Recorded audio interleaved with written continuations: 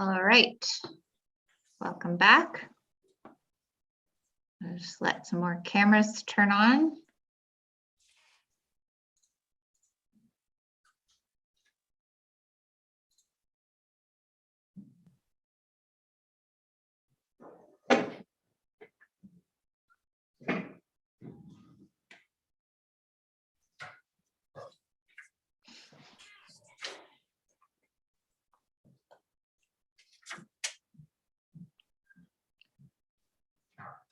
Okay, I'm sure Chris will join us as soon as he's back. I will now reopen the meeting, and we're on number 3, approval of the agenda. Could I have someone move approval of the agenda? Moved by Director Rainbow, seconded by Director Mack. Anyone opposed? Motion carries. Number 4, the consent agenda. Could I have someone move the consent agenda? Moved by Director Rainbow, seconded by Director Demare. Anyone opposed? Motion carries. Are there any business? Is there any business arising from the minutes?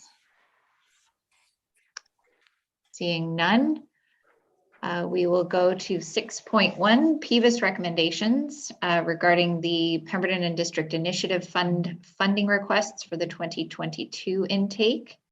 I have someone move that. Moved by Director Crompton, seconded by Director Elliott. Comments? Is there anyone opposed? Motion carries. 6.1.2 is a direction request regarding the PDIF application for Spud Valley Nordic Association Junior Race Program. Would someone like to make the direction? Director Mack, go ahead. Yeah, I'll move that. Okay. Second. Seconded by Director Richmond. Any comments? Is there anyone opposed? Oh, Director Birch-Jones, comment? I wanted to ask a question about it, if that's all right. Just that BC Parks, we've had some, well, it's irrelevant. Are they refusing to do the snow clearing there? They're just saying that it's closed in the wintertime, and so it's not their responsibility? Well, we actually convinced them over, after beating them around the head for some time, to open the gate to allow for the parking, because it was a real safety issue. There was a Nordic club that wanted to access it, and there was a safety issue along Highway 99 because people were parking on the side of the highway. So after a few years of asking, they did a pilot, and then now they're allowing us to keep it open, but we have to do the snow clearing and maintenance. Thank you. Good for you guys. Yeah, it is great. Okay. Thank you. I'll call the question. Is there anyone opposed? Motion carries. We are on 7.1, the Area D Heritage Revitalization Agreement bylaw. CAO Helmer. Thank you, Chair. Would you like me to admit Director Needham? Yes, please. Okay.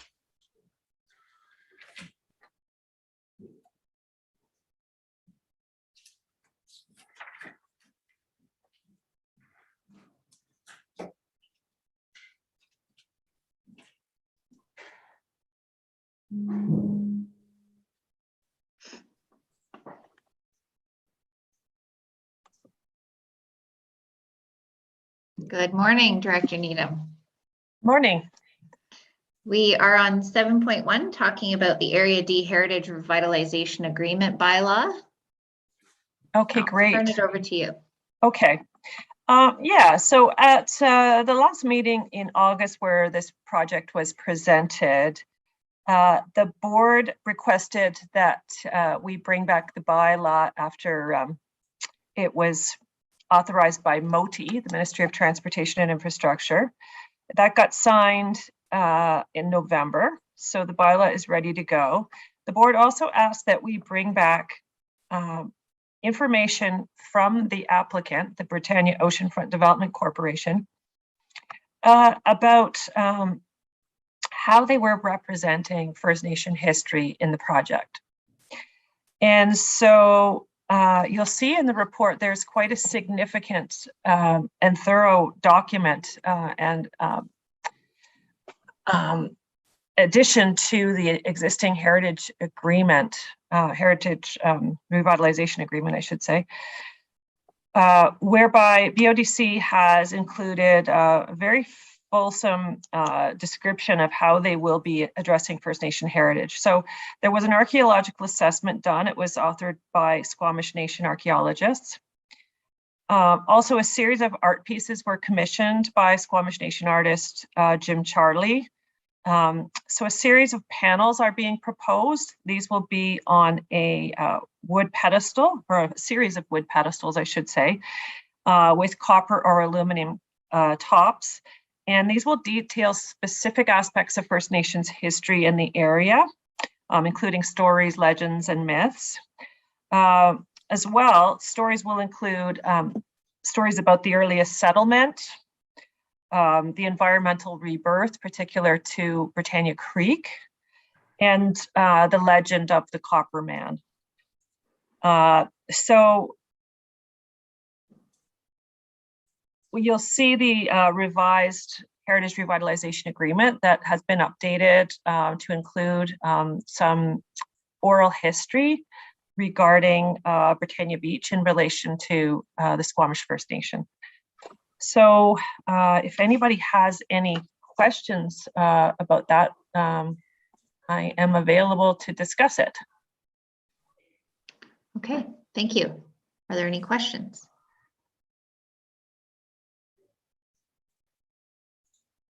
I don't see any questions. Director Rainbow, go ahead.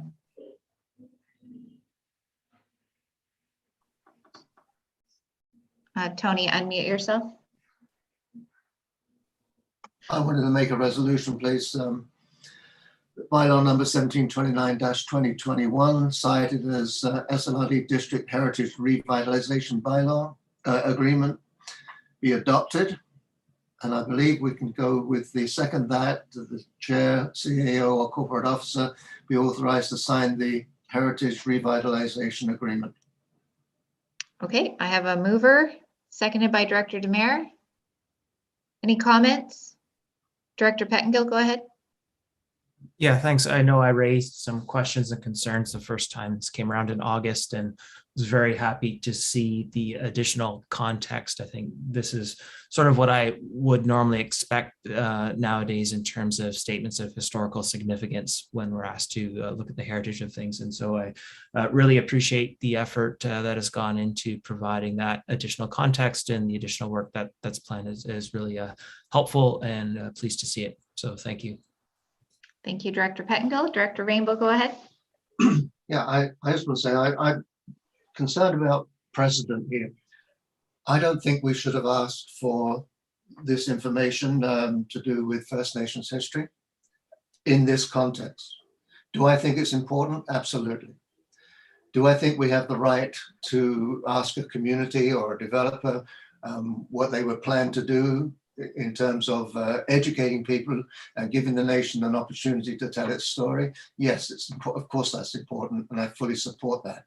But I don't think it should have been tied to this heritage revitalization application. All that heritage all that is a tool to declare an old building, to give it special status as a heritage building, which allows us to then use modified building codes to preserve its heritage look. It's no more than that. And so for us to tie in this other requirement, I think was wrong. And if you look at the dates, unnecessary as well, because if you look at the dates of the conversations that Britannia Corporation had with Squamish Nation, it far precedes any comments that we made. And if you look at the action they actually took to have some art available in what is going to be a public space, they didn't go to eBay and buy a job lot of made in China First Nations art. They went to the Squamish Nation and they said, we need some art, and that's where they procured it. So I just want to make that comment. Yes, we have the right to demand, to ask, to make sure that we tell or allow the nation to tell its story. We're not telling the story for them. We're allowing them, giving them opportunities to say what they want to say. But we shouldn't be tying it in with other aspects of development. Thank you. Director Pettingill? Yeah, if I could, I think my primary concern with the questions and concern I had was not as much about how going forward they were going to tell the story. It's really good and helpful to see that. But my sort of what I would see as more of a requirement is when I'm getting a statement of historical significance, why a particular building is historically significant, if that history is not addressing or providing any context about the Indigenous history, that part of the historical context, like a big piece of the historical understanding and why that building is or isn't significant, is missing for me. And so that was the piece that I was really missing in terms of understanding, does this heritage designation make sense, and is the analysis complete? And so that's the piece that, you know, a statement of historical significance should be, I think, inclusive of all the relevant history, which I would include the Indigenous history of the area in that personally. Thank you. Okay, we have a mover, we have a seconder. Final comments? Is there anyone opposed? Motion carries. Thank you, Director Needham. We're now on 7.2. The Tiger Bay Development Corporation OCP and zoning amendment application bylaws for first reading. And I believe Director Needham is gonna tell us about, oh, CAO Helmer, sorry. Yes, thank you, Chair. We did put that one as occurring at 1:15 p.m. so Sorry. that Mr. Vance could attend as well. So if we could continue through to item 8, that would be great. Okay. All right. I have an incomplete document here. There we are. 8.1 CAO verbal update. Thank you, Chair. So at this time, due to a meeting conflict for a number of the board members, we had a discussion about bringing forward at the meeting today a change to the meeting start time tomorrow for the Committee of the Whole from 9 a.m. to 10:45 a.m. to enable the majority of directors to attend. So that would be the request. Thank you, Chair. Okay. Could I have someone move that we change the time to 10:45? Moved by Director Birch-Jones, seconded by Director Crompton. Comments? Anyone opposed? Motion carries.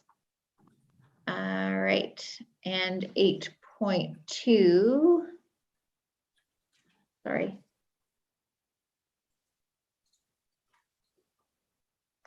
Okay. We're looking for a request for decision on the Britannia Oceanfront Developments Corporation rescinding a previous condition and construction maintenance and access agreement. Do we have staff to this, CAO Helmer? Yes, thank you, Chair. We have Director Needham. I can bring back in. Okay.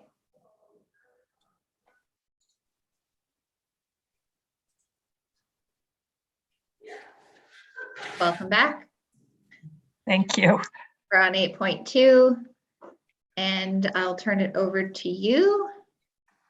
Sure. At a previous board meeting in October, we had put forward a resolution that a safe use covenant be discharged at the Britannia Oceanfront Development Corporation property. After that meeting, we have since that time, we've been in discussions with the geotechnical engineer for the site. And he has advised that actually the covenant that we have authorized is meant to be supplementary to the safe use covenant that we had asked to be discharged. It's not meant to replace it. So this is just a bit of a housekeeping item to rescind that resolution to discharge the safe use covenant. And so, yeah, the request is also that we authorize staff to enter into a construction maintenance and access agreement once our license of occupation or statutory right of way or other form of tenure is authorized by the Crown. This would allow BODC to place or construct fill or riprap on the provincial land on which we will have a tenure. And so the request is that the CAO and corporate officer be authorized to sign any documentation with respect to that maintenance and access agreement. Great. Questions, Director Rainbow? I just want to move the 3 conditions that are included in the staff report. Okay, just want to make sure that there's no questions. Director Mack? So just seconding it. Okay, so we have a mover, we have a seconder. Any comments? Is there anyone opposed? Motion carries. Thank you, Director Needham.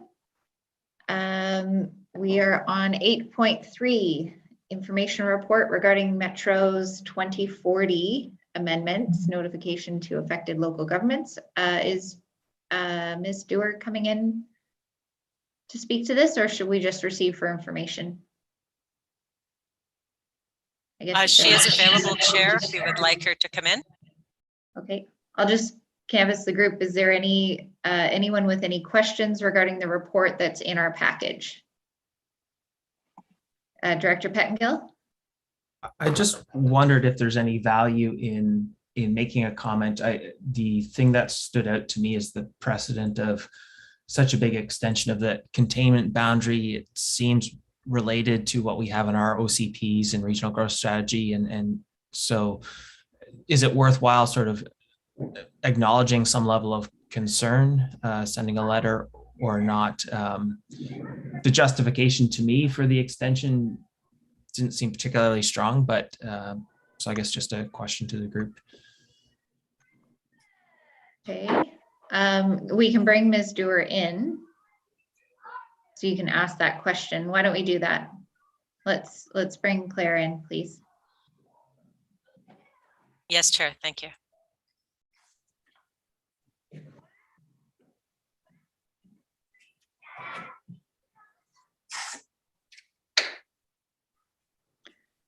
Hello, Ms. Dewar, welcome. Good morning. My name is Claire Dewar. I'm a senior planner at the SLRD, and I believe we are speaking to the Metro 2040 amendments. And I did catch a little bit of the commentary around the urban containment boundary. Is that where we're at the moment? Yeah. Excellent. So just to step back, we do, this is a notification referral, and as an affected local government, we're able to submit comments. We do not have any say in whether they approve the amendments or not, as this is what we would consider a minor amendment.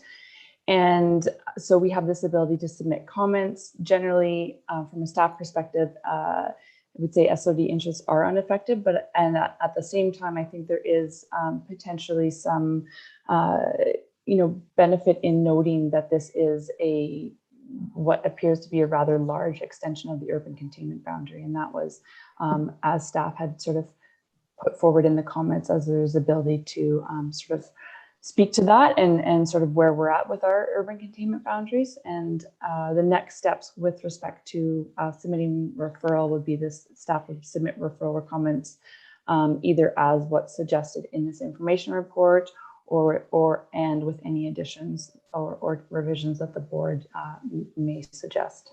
Thank you. Thank you. Okay, I'll open it up to questions or comments that you would like to add to the staff comments. Okay. Director Pettengill, did you want to add some comments? No, so I just wanted to make sure. It sounds like we're going to share the staff comments, which includes the concern about the containment boundary, which I'm happy with. I was just concerned about simply receiving and not sharing those comments. Okay. Do you have sufficient direction? Okay. Through the chair, thank you. Yes. Okay. Do we need a motion to the effect? I'm sorry, I don't.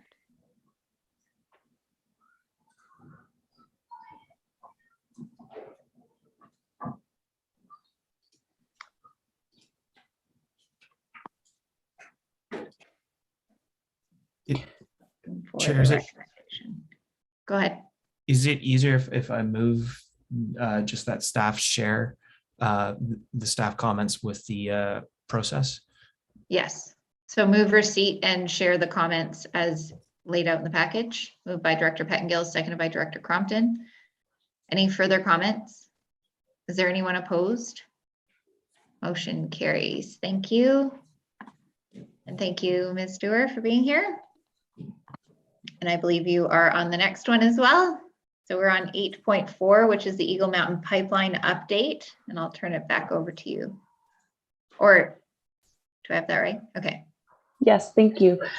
So through the chair, the purpose of this staff report is really to inform the board of the Deputy Chief Environmental Assessment Officer's decision on the FortisBC Eagle Mountain Wood Fiber Gas Pipeline Project EAC amendment application. So in October of 2020, the Environmental Assessment Office received this amendment to the Environmental Assessment Certificate for the Eagle Mountain Pipeline Project. And then, and I will note, staff participated in the Technical Advisory Committee providing high-level input to this application review process. And then on November 29th, 2021, SLRD staff received an email notifying that the Deputy Chief Environmental Assessment Officer of the Environmental Assessment Office had approved the amendment application. So, and I guess in so doing, the Deputy CEAO agreed with the conclusions reached in the EAO's amendment assessment report, which is appended to this information report. I can leave it at there. If there are any questions, really, I think there were no new EAC conditions were issued as a part of this amendment process, and really the amendment was looking to, I can speak to the changes if there's interest, but it was looking at the expansion to the width of the certified pipeline corridor, some aspects around twinning, and then aspects around the Eagle Mountain compressor station, as well as an alternative location to that compressor station. And I'll maybe leave it there, Chair, and if there's any further questions, happy to answer them. Thank you. Okay, thank you. Any questions? I see no questions. Okay. Would someone like to move receipt of this report? Moved by Director Rainbow, seconded by Director Crompton. Comments? Director Pettengill, go ahead. Yeah, I just have to make a couple brief comments. Can't help myself, but That's okay. we're in a climate emergency, and yeah, can't believe we're still pursuing this. I've received concerns from residents along the pipeline route, and in response, I've been pursuing risk analysis from Fortis, and I have not been able to get that from them. I understand they are required to do that because of CSA 276, one of the standards they have to follow. I've been most recently told that they are still getting to that, but yeah, it just raises a lot of concerns for me, and but appreciate staff staying on top of that. And I hope we are also paying attention to our regional growth strategy. I like the piece around advocacy with some of these high impact projects, and so yeah, just appreciate us staying on top of this. Thanks. Thank you. Director Elliott. I just want to express my disappointment that the compressor station located now at Wood Fiber LNG will be gas powered. So Coquitlam's getting electric drive for their upgrade, but somehow for our region, that's not good enough. So we're going back to gas powered, and that'll limit more GHGs than we've got space to afford. So overall, this project carries a tremendous amount of concern, and it's disappointing to see that the provincial government's not asking all GHG producers to reach a higher bar in the oil and gas sector. Thank you, Director Elliott. Director Crompton, go ahead. I agree with my colleagues. Fortis can do better. Yeah. Thank you. Thank you for your comments. Thank you for the report. And I will call the question. Is there anyone opposed? Motion carries. All right.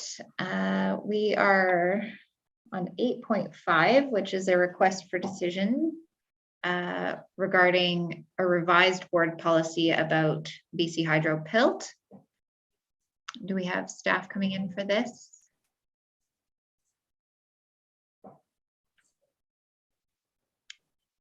Sorry, Kristen, do we have? Yeah. Yes, we have Director LaFrance joining us. Sorry. That's okay. Thank you.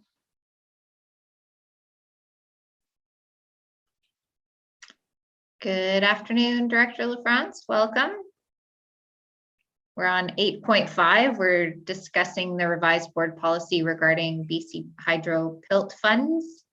I will turn it over to you. Okay, thank you. I'm Suzanne LaFrance, Director of Finance, and I updated the board policy number 2.2, BC Hydro PILT.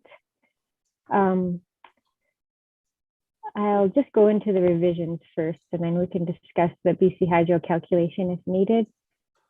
So the BC Hydro PILT policy was adjusted mainly with the Northern PILT Reserve and the Southern PILT Reserve fund usage. So during the discussion with the board, it was discussed that grants and aid would be a deemed usage of these funds, and also to try to have the language similar for both the Northern and Southern PILT usage.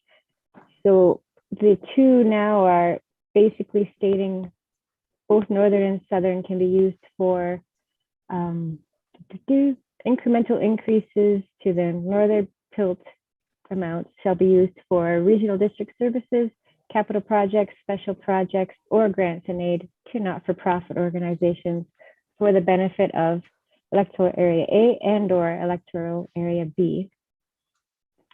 And the Southern PILT follows that, except it kept the remaining piece about to the citizens most affected by the BC Hydro infrastructure, Cheakamus Daisy Lake Dam.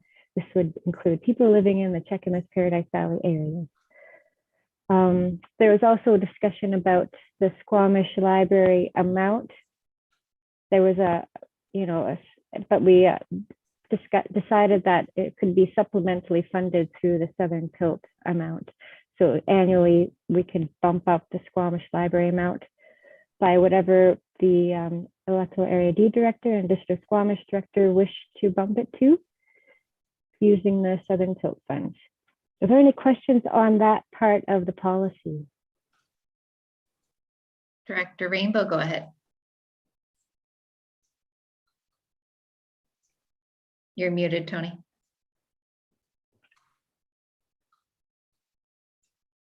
I beg your pardon.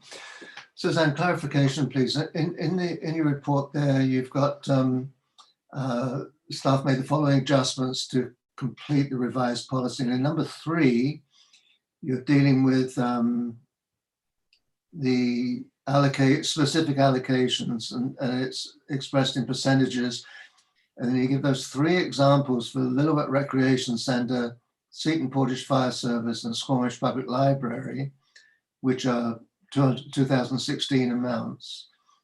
Am I right in, my recollection was that we allowed those amounts to increase every year, that the 5%, the amounts would grow depending on the additional funds we got from BC Hydro, so that those amounts would not be fixed amounts anymore.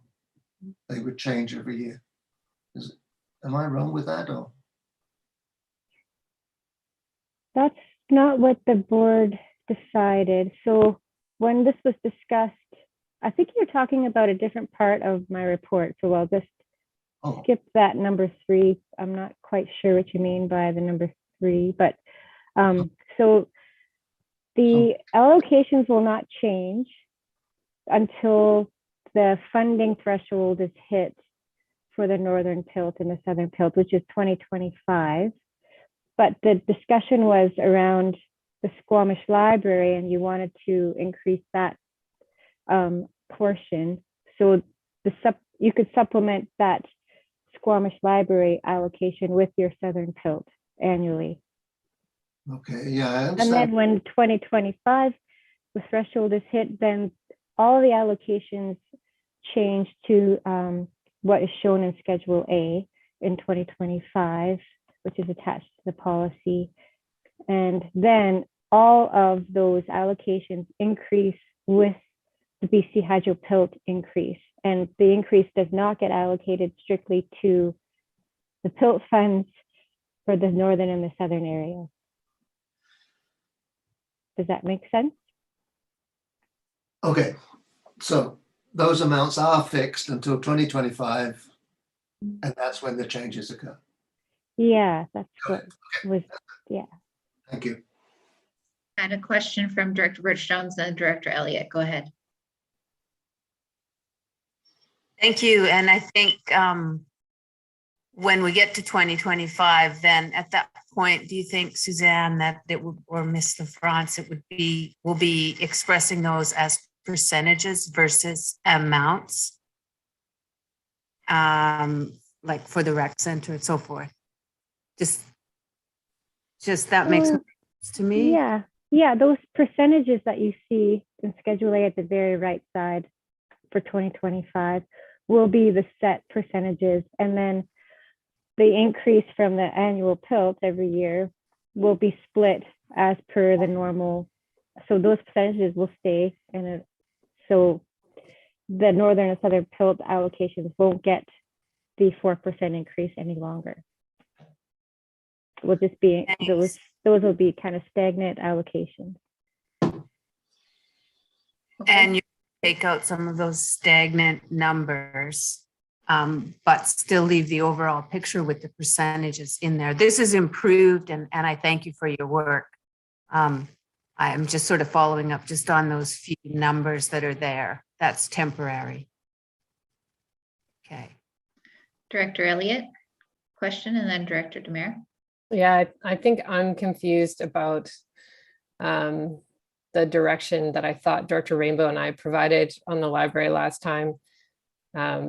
So we thought that 14,000, I think, or at least I thought, it could increase a little bit each year in line with whatever the percentage increase was for the Southern Pilt, so that it's not stagnant till 2025. And then Director Rainbow and I had the option to top it up to where it really needs to be, which is significantly higher than $14,000, but at least it would see a gradual increase over time. But now I think I'm hearing you say that's impossible or can't work. You can supplement that Squamish Library funding using the Southern Pilt Reserve. Yeah. But we can't have it grow a little bit every year in line For with sure. our. You can by using the Southern Pilt supplemental. So that amount would stay, but you could just allocate more based on whatever you would like from the Southern Pilt Fund. But you don't want that amount to change at all, that base amount. It can't change unless the whole allocations change. Okay. So yeah, so similar to Vivian Birch-Jones's request for the District of Lillooet's rec center increase, she could supplement from her Northern Pilt funds for that project. Director Demare, question? Well, I like the changes. It's going to work out for everybody. Okay. Do you have a question? No, I'll make a motion to accept. Okay. Seconded by Director Birch-Jones. Further comments? Is there anyone opposed? Motion carries. Thank you. And thank you, Director LaFrance. And we're now on 8.6, and I imagine you're going to tell us about this one, COVID-19 safe restart allocations. Over to you. Yes, the COVID-19 restart grant allocations spreadsheet was adjusted based on the board request. And so 20,000 is now being used to cover off the price increases, which ends up being about 12% of the price increases for the permanent transfer station. And the 82,000 is now shown as being the food bank contributions, plus the 12,000 remaining for future not-for-profit contributions. I haven't received any update from the province about how this grant will continue on to 2022.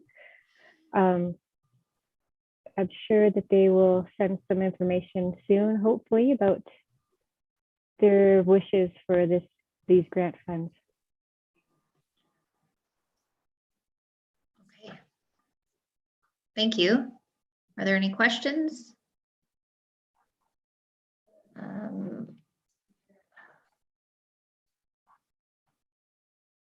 Are we receiving this?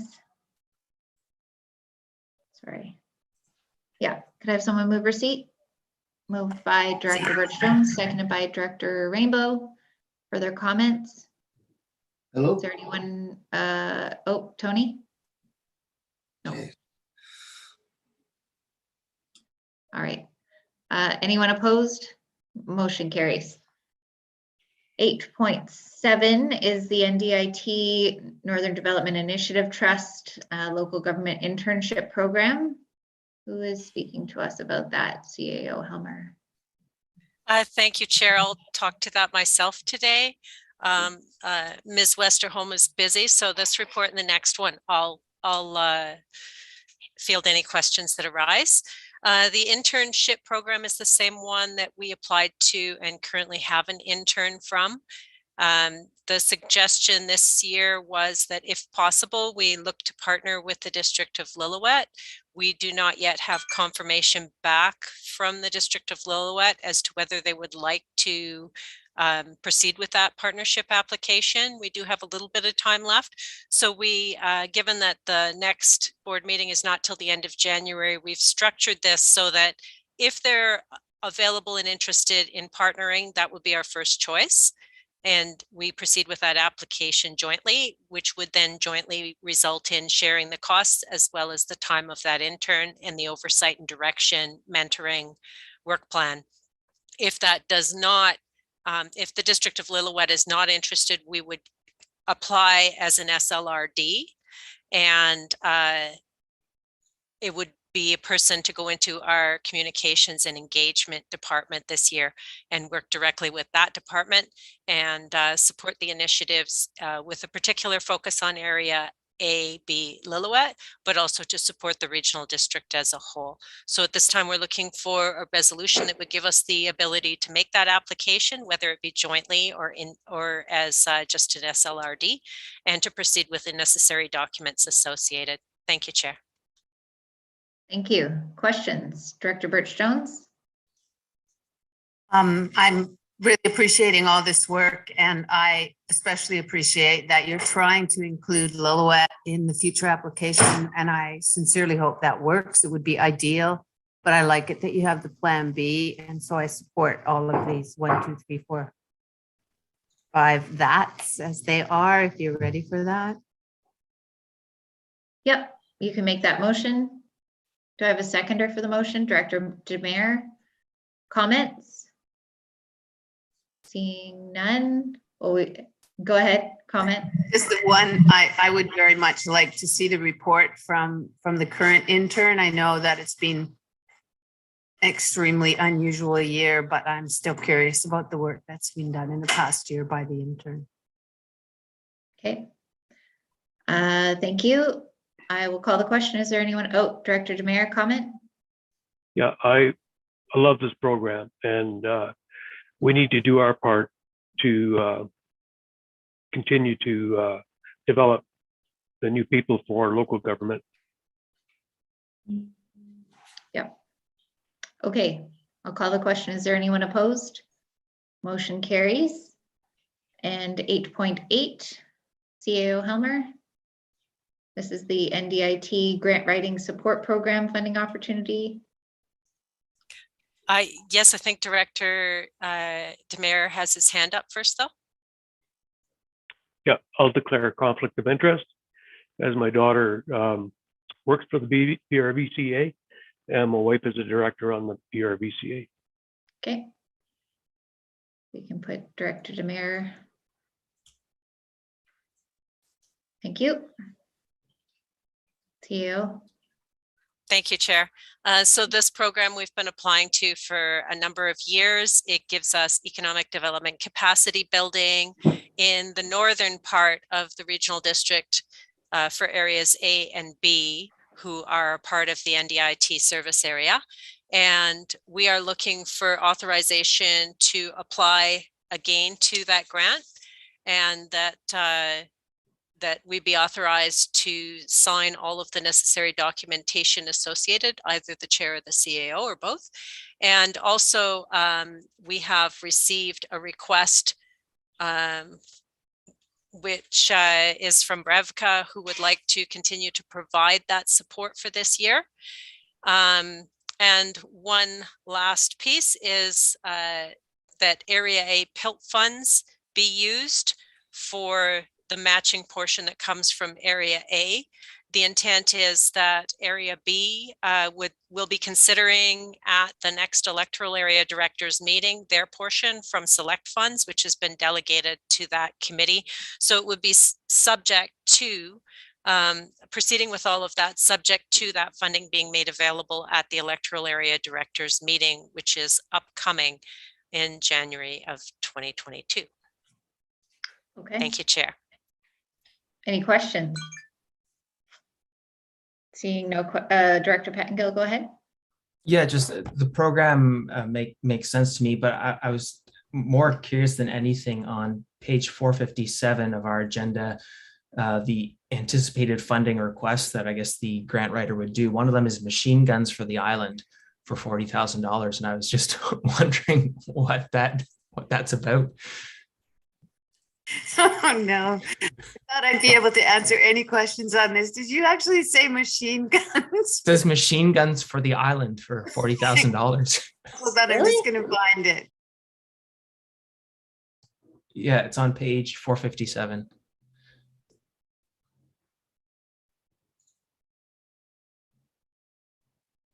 I did not pick that up.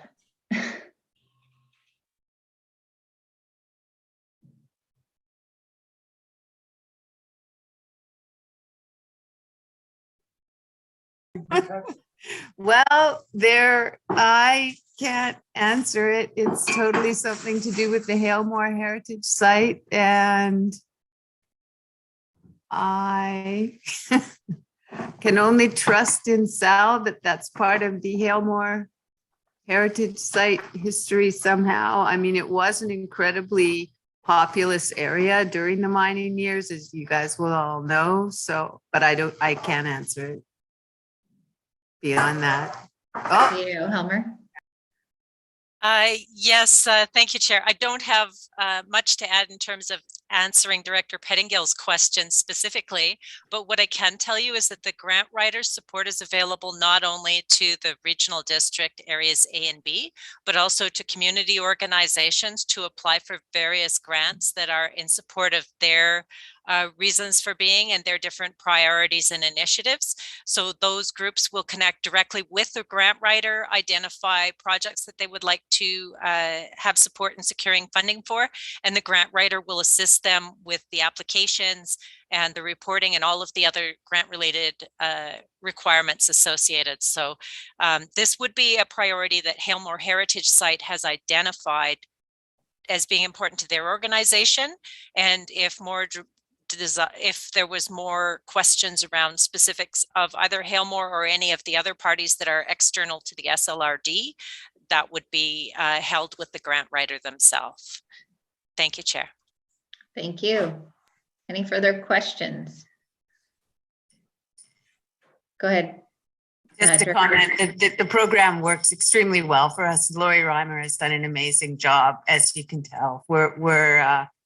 I would like to move the 1, 2, 3, 4, 5 that's associated with this, and I promise I'll figure out about the machine gun question too, Chris. Okay. So we have a mover and we had it seconded, am I right? Yep. I'll call the question. Is there anyone opposed? Motion carries. Thank you. I'm going to call a recess for lunch from now until 1 o'clock. We have a 1:15, right? Should we Yeah. just go to recess until 1:15? CAO Helmer? Thank you, Chair. We have a 1 o'clock Oh, we do. as well as a 1:15. Okay. Thank you. Come back at 1 o'clock, please. Enjoy your lunch and turn off your cameras and your video. The live streaming will continue. Thanks.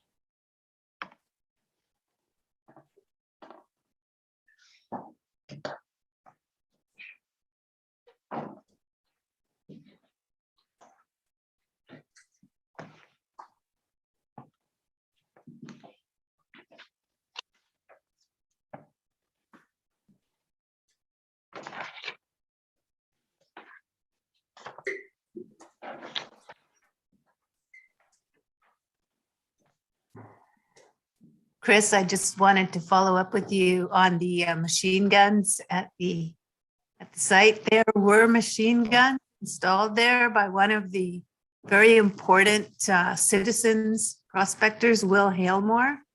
And I checked, and that's quite correct. It's a defining part of the heritage site and sounds pretty interesting. And the more you learn about the history up there, the better it is. So I'm sure some of that will be featured when we have our northern board toward Area A. Well, thanks, I appreciate that. I was quite taken aback. I wondered if it had become a preppers group or something, or what was going on, or if we need to get. They were located on an island that Will Hailmore built there. So when I read that, I thought that they were maybe built in anticipation of aiming them at Vancouver Island, but that's not it at all. Okay, I know Sal could say more. We will in the future. So Chris, you can cancel the order for the tank traps up at Alice Lake. The Area B Army will not be invading just yet. Well, that's good. And I want to make sure we're getting equal funding from the SLRD if that is the way we're going. And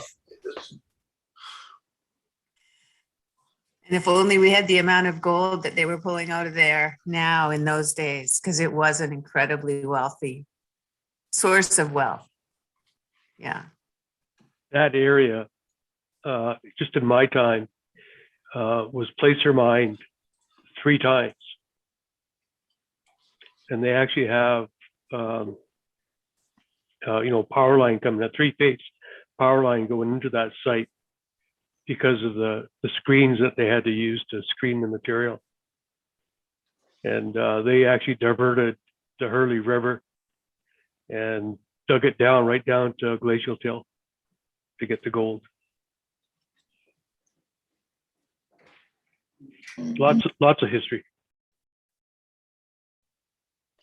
Hey, Jen, I didn't get a chance to eat, so I'm just going to turn my camera off to do that, but I'm here. Okay, no problem. Thank you. I'm here. All right. I think we are all back.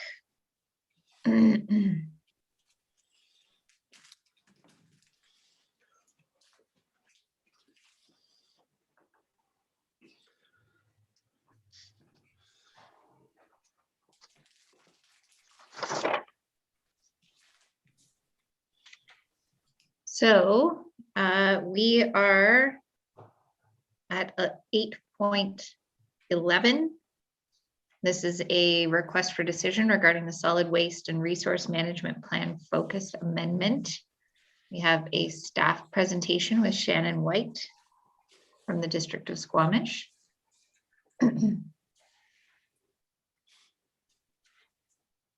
Yes, thank you, Chair. We also have Director Belsham and Ms. LeBlanc joining us.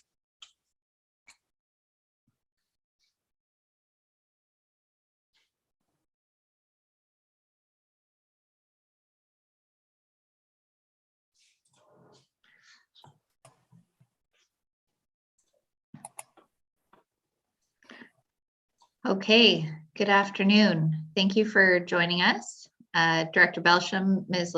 LeBlanc, Ms. White, thank you for, sorry, are you, I didn't have your title there, Ms. White, but welcome. You can introduce yourself as we go. I believe we're turning it to Director Belsham to introduce, and then you can go where you need to go. Thank you. Thank you, Chair Ford. Angela Belsham, Director of Environmental Services with the SLRD, and I will pass the report over to Marie-Lou LeBlanc, who has prepared it for the board. Thank you. Good afternoon. So yes, my name is Marie-Lou LeBlanc, Resource Recovery Coordinator, and I am here today with Shannon White, the Integrated Solid Waste Specialist for the District of Squamish. We're here to request the authorization from the board for the focused amendment of the Solid Waste and Resource Management Plan. So the Solid Waste Management is governed by the Environmental Management Act and mandates regional district to develop a solid waste management plan and be approved by the Ministry of Environment and Climate Change Strategy. So the SLRD, the first SLRD solid waste management plan was developed in 2007. In 2013, the SLRD did an update, submitted it in 2016, and it was approved in 2019. So now, following the Squamish landfill lateral expansion project, and I will let Shannon White speak to that in a minute. The Minister of Environment has advised the SRD to do a focused amendment specifically for the Squamish lateral expansion and for the waste out of region as an alternative. Just because the support from communities in the 2019 plan was too vague and needed further consultations. So the SRD is also planning on a full update, starting the process in 2024 for a approval in 2026, 2027. I will now let Shannon White speak to the specific of the Squamish landfill expansion. Hi, can you hear me all right? Great, thank you. Good afternoon, and thank you for having me here today to support Mary Lou in her presentation. First, as I will be talking about the Squamish landfill, I'd like to provide a bit of context about where the Squamish landfill is located for everyone in the meeting. Could the map of where the Squamish landfill be brought up, please? Thank you. It's wonderful when technology is seamless. So as you can see, the Squamish landfill, which is in red in this image, is about 10 kilometers north of downtown Squamish. And to give a little bit of context, when you're driving north on the highway, it is across the highway from the Alice Lake turnoff. So the Squamish landfill is owned and operated by the District of Squamish. It services the residents of the District of Squamish, Squamish Nation, and residents within the electoral areas around Squamish. The District of Squamish has also installed an active landfill gas collection system to collect and destroy the methane that's produced from the landfill on the site. As of today, the landfill, unfortunately, or fortunately, I'm not sure, is on track to reach capacity to accept waste by 2028. Therefore, the District of Squamish Council and Squamish Nation have both supported the lateral expansion of the Squamish landfill as the next steps for waste management for the area. The lateral expansion of the landfill means expanding the landfill to the east of the current footprint. So I'll just ask if the image of the landfill expansion, all right, so smooth, I love it, thank you, could be brought up. So currently the land to the east, which is the yellow highlighted area. So the landfill you can see is kind of on the, on the west side, so it's kind of a small oval. And then on the east, you'll see the yellow area. That is currently Crown land. And the District of Squamish will be applying for that land through a Crown land grant application. The land would be utilized not only to extend the footprint of the landfill, so to accept waste, but we would also install leachate treatment system, as well as an area that supports increased waste diversion, circular economy, and other opportunities. And I say other opportunities because there's still many parts that are evolving in the waste diversion and reduction area. So we want to leave a bit of flexibility in the space. You can take down the map now if you would like. As Mary Lou mentioned, the ministry has approved a focused amendment to the solid waste management plan, which will require community engagement throughout the whole region. At differing levels of engagement, everyone will have the opportunity to learn about this project, voice their concerns, and have their questions answered. This engagement will cover all member municipalities and electoral areas. Additionally, the Solid Waste Management Plan Advisory Committee will be actively engaged throughout the whole process and project, from reviewing the engagement plan to being part of the consultation, to reviewing all the documentation that comes out of the consultation. So they will be along the whole project.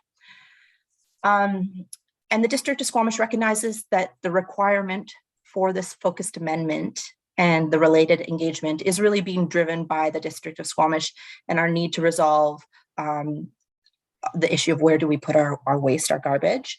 And so it is for that reason that the district has budgeted up to $50,000 over the next 2 years to cover this work, as well as staff at the District of Squamish are dedicated to leading the project alongside the SLRD staff. I'm happy to answer questions. I want to say thank you again for the opportunity to speak to you. And with that, I'd like to turn it back to Mary Lou. Thank you, Shannon. That was very clear. So as mentioned, the objective is to have the focused amendment process approval in 2023. The Solid Waste Regional Management Plan is kind of like the key driven for all solid waste management within the region, the regional district, as well as the member municipalities. And so everything we do is driven by this plan. So that's why we're asking today the board to approve the request for the focused amendment process. That's it for me. So as Shannon mentioned, we are available for any questions. Thank you. Great. Thank you very much. Questions, Director Rainbow, go ahead.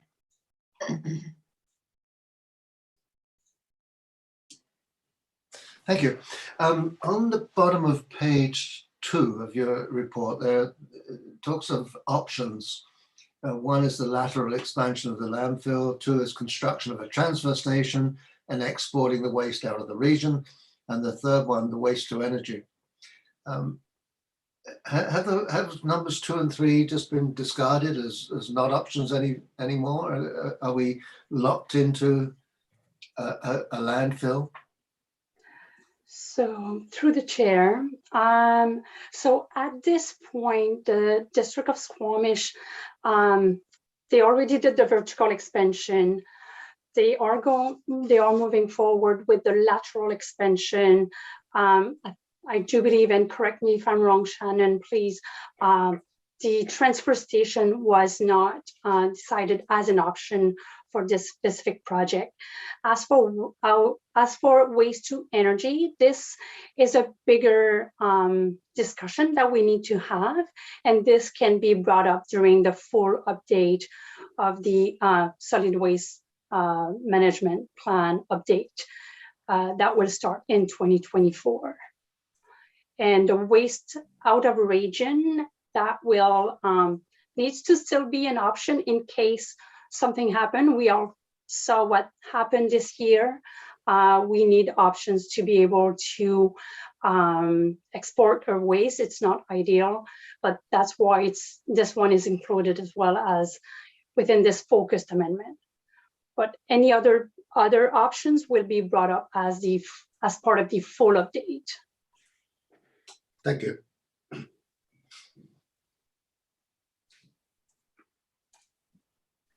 Are there any other questions? I don't see any. Thank you both for a very, very clear presentation. Oh, Director Demare. I'd be interested to hear a bit about the waste to energy aspect of it. Is that out of the question now, or is it still in the proposal? Through the chair, it is not part of the proposal as per the focused amendment, but it's not out of the option when we go through a full update of the solid waste management plan. It's a very waste to energy. We requires a minimum of quantity of waste to be able to feed that very specific technology. And at this point, there's still need research to do on that. And obviously, all those options will be brought to the table as part of the full update. Yes, I'm familiar with the one in Burnaby. I actually applied for a job way back when, as a tradesperson, when it was first getting started. So the other question I have is, what communities actually bring their solid waste to that facility currently that are in the SLRD? At this point, electoral area D, so Britannia Beach, Furry Creek are bringing their waste, and then maybe a minimal amount from residents of the village of Pemberton, but mainly Britannia Beach and Furry Creek. And they are a very minimal amount of waste in comparison to the overall annual tonnage going to the Squamish landfill. And one more, to use of another landfill and trucking it to another landfill, which one would be, have you looked at which one you'd send it to? So at this point, if we look at the Reserve Municipality of Whistler, for example, up to 2020, late 2020, waste was going to Rebenco in the United States. It was until the flood going to Cache Creek. Now, Cache Creek is not a viable option at this current time because of the road, and it's going to Vancouver landfill. Okay, thank you. You're very welcome. Any other questions? Go ahead, Director Elliott. Thank you for the presentation. Certainly looking forward to the larger review in 2024. And I've certainly heard other directors ask about waste to energy. And I know from the decision to expand laterally in Squamish has been made with the idea that we've launched our circular economy framework and working very hard on diversion first. And waste to energy requires a lot of waste. And what we're focused on is getting people to not waste. And we've had some real success recently in deconstruction. So we now have a deconstruction bylaw. And I think our fire hall that we deconstructed, we were able to avoid 91% of the material going to landfill. So there's absolutely a way to reduce waste. And so that's why I don't think waste energy is ever near the top of the list.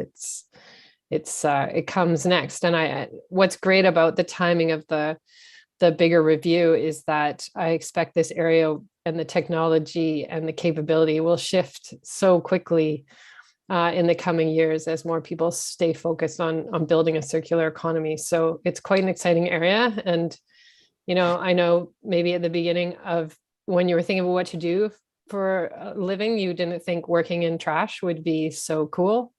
But I think that you're both at the forefront of one of the coolest industries right after transit. So be proud that you're solid waste experts. I just think this is going to be an incredible evolving area. Thank you. Thank you very much. Okay, I think that is all the questions we have. Could I ask that a member of the board make the resolution that the SLRD authorize the focused amendment process as required by the ministry, and that the SLRD staff work with the District of Squamish on the solid waste and resource management plan focused amendment? Moved by Director Crompton, seconded by Director Rainbow. Any further comments? I'll call the question. Anyone opposed? Motion carries. Thank you to you three for being here today. Thank you. Thank you. Thank you.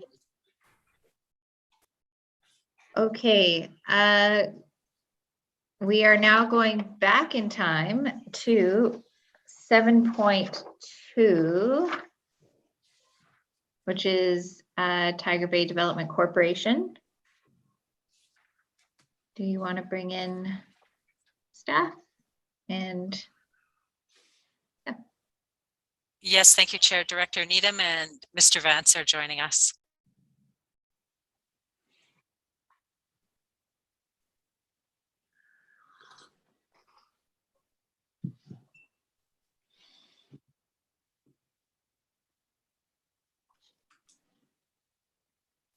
Oh, we lost Director Needham. She was here and then she was gone.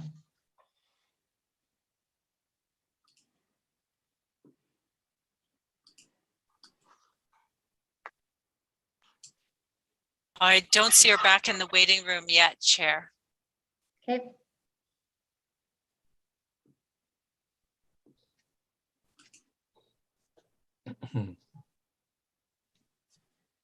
Here she comes.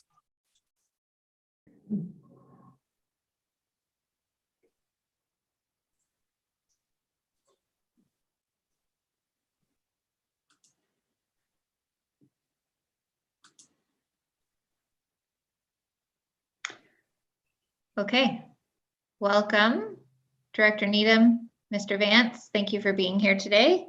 We're on 7.2. We're discussing the Tiger Bay Development Corporation OCP and zoning amendment application bylaws for first reading. And I will turn it over to you. Thank you to the chair and the board. Director Needham, did you have any opening comments before we move into the presentation here? No, I don't think so. I think you'll cover it off. Okay, thank you. Director Needham's going to be operating the slideshow given my previous demonstrated ineptitude in doing it myself. So it's a short presentation this afternoon. Next slide, please. So the board last saw this application on June 24th. There was quite a good discussion, and the direction was for staff to go away, fine tune a number of elements of the application, and bring a report and the bylaws back to a future meeting, which is why we're here today. And I think the key direction that came out of the meeting on June 24th was to increase the number of affordable housing units from 50 to 150 out of the total of 1,050 units permitted in South Britannia. Next slide, please. So on that, the applicant had put together an affordable housing proposal, which is part of the report package, with some ideas on what they thought might be suitable in the way of affordable housing at South Britannia. So the below 30% of median household income for Area D, I think that's the standard definition the regional district is using.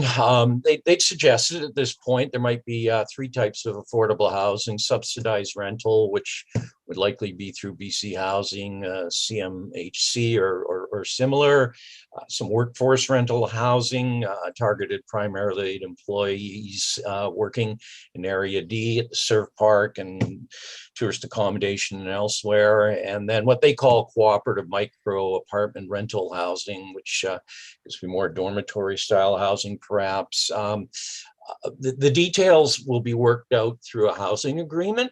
That housing agreement will be a requirement of the development agreement, and that housing agreement will be done up prior to phase 2 of development. Phase 2 is the first phase of residential development. Phase 1 is the surf park and some commercial.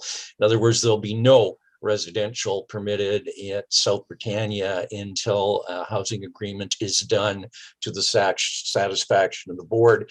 The reason we're holding off on doing it is the needs are going to change over time. That this by the time they get to the residential phase at South Britannia, it's going to be a number of years out. Programs will change, funding sources, needs, and so on. So to come up with a detailed housing agreement at this point, it's just too speculative. But certainly in the development agreement, some of the framework will be laid out, and again, the board will get to see the housing agreement at the appropriate time in the future. Next slide, please. As previously reported to the board, there has been a hazard assessment that was done for Gravel Creek. However, there need to be detailed assessments still done for Thistle and Daisy. The preliminary work that's been done suggests that there is not a concern, but particularly, I guess, given the events of late, we want to make doubly sure on that. So there will be those detailed assessments done after first reading, prior to second, and those reports, which will be obviously completed by professional engineers, will be peer reviewed by professional engineers retained by the regional district. Next slide, please. So once the hazard assessments are completed, we need to do development preliminary guidelines for South Britannia for riparian, environmental, and natural hazard protection. And obviously that's best done once the hazard assessments are completed. And that mapping and the development preliminary guidelines will be added to the OCP amending bylaw that is before you for consideration today. So if you give first reading, when it comes back for consideration of second, it will be with this added development permit information in it. Next slide, please. The term sheet, which forms the basis of the draft development agreement, which would be coming forward at the time of second reading, is largely in the term sheet, was presented to the board in June.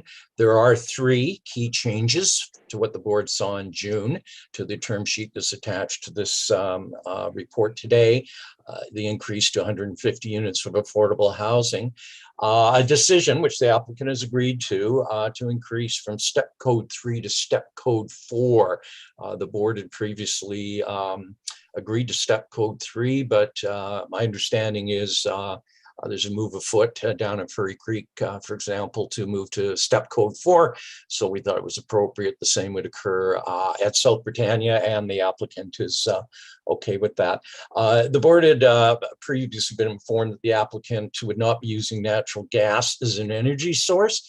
That is still the case, but we decided we'd actually add that into the term sheet as an added condition of development at South Britannia. Next slide, please.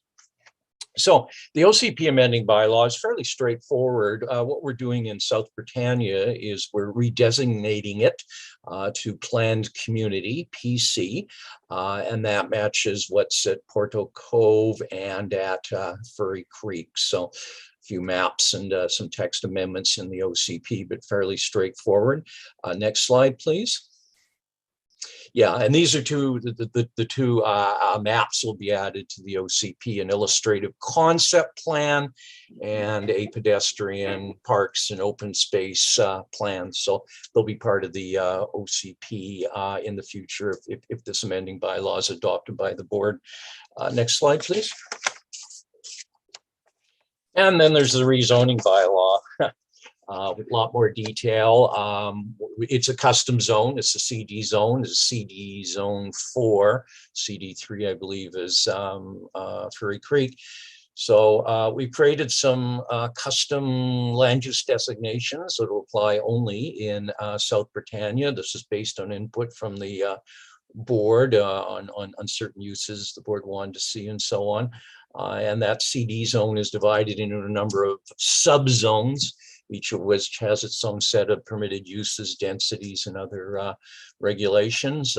Again, this is just highlights. There's a lot in that the bylaw requirement, and this was a direction from the board that 185 square meters minimum be in there for a child care facility. It certainly could be more in there, but at a minimum that will be required. There's been a lot of discussion earlier on, given the compactness of the development proposed, the residential area, about parking. And so South Britannia will comply fully with the Section 5 requirements of the zoning bylaw in terms of off-street parking and loading. But we put the added provision in there that there'll be a minimum driveway apron length of 5.5 meters in front of a private garage door of a dwelling unit. So that's to make sure that there's sufficient off-street parking. And of course, the rezoning will set the stage for Manatee Bay, which, as the board knows, is currently part of Tiger Bay's property, to be transferred to public ownership as park. And I think roughly it's about 5.2 hectares that'll be coming over to the regional district. Next slide, please. Yeah, and this is just part of the CD zone 4. You can see these sub areas have been created with various land uses attached to them. Next slide, please. So the recommended resolutions from staff here today are first reading of the two bylaws, and that the detailed hazard assessments of Thistle and Daisy Creeks be completed prior to consideration of second. As mentioned, the development permit area guidelines and mapping be completed and included in the OCP amending bylaw, and the draft development agreement be prepared based on the term sheet. Next slide, please. So the next step is the applicant, given first reading here today, will be required to complete the required work. The bylaws will then be brought back to the board for consideration of second and referral to public hearing. And the draft development agreement will also be received by the board at that time. And that concludes my presentation. Thank you. Great. Thank you very much. That was very clear. Are there any questions? I don't see any questions. Director Pettengill, go ahead. Yeah, a few, just with the affordable housing, all the forms seemed like they skewed towards very small or dormitory options. Is there any plans for 2-bedroom or 3-bedroom affordable units? Excellent question. Through the chair, there certainly had been discussion with the applicant about providing some family-oriented housing as part of this, which would be 2- and 3-bedroom. We don't have a number attached to it. Again, part of this is based on not knowing what the need will be at that time. But yes, it has certainly been anticipated, and we can write into the development agreement that there'll be a mix that includes, we can make a certain percentage of 2- to 3-bedroom. So that certainly is possible. Okay, if I can continue, in the different counts of units and so on, are the hotel rooms counted as part of the residential 1050, or those are separate? Through the chair, they are separate. The 1050 is the residential. There's also 190 units of tourist accommodation. So it'd be the hotel rooms, the cabins, the yurts, whatever else is planned. So that's in addition to.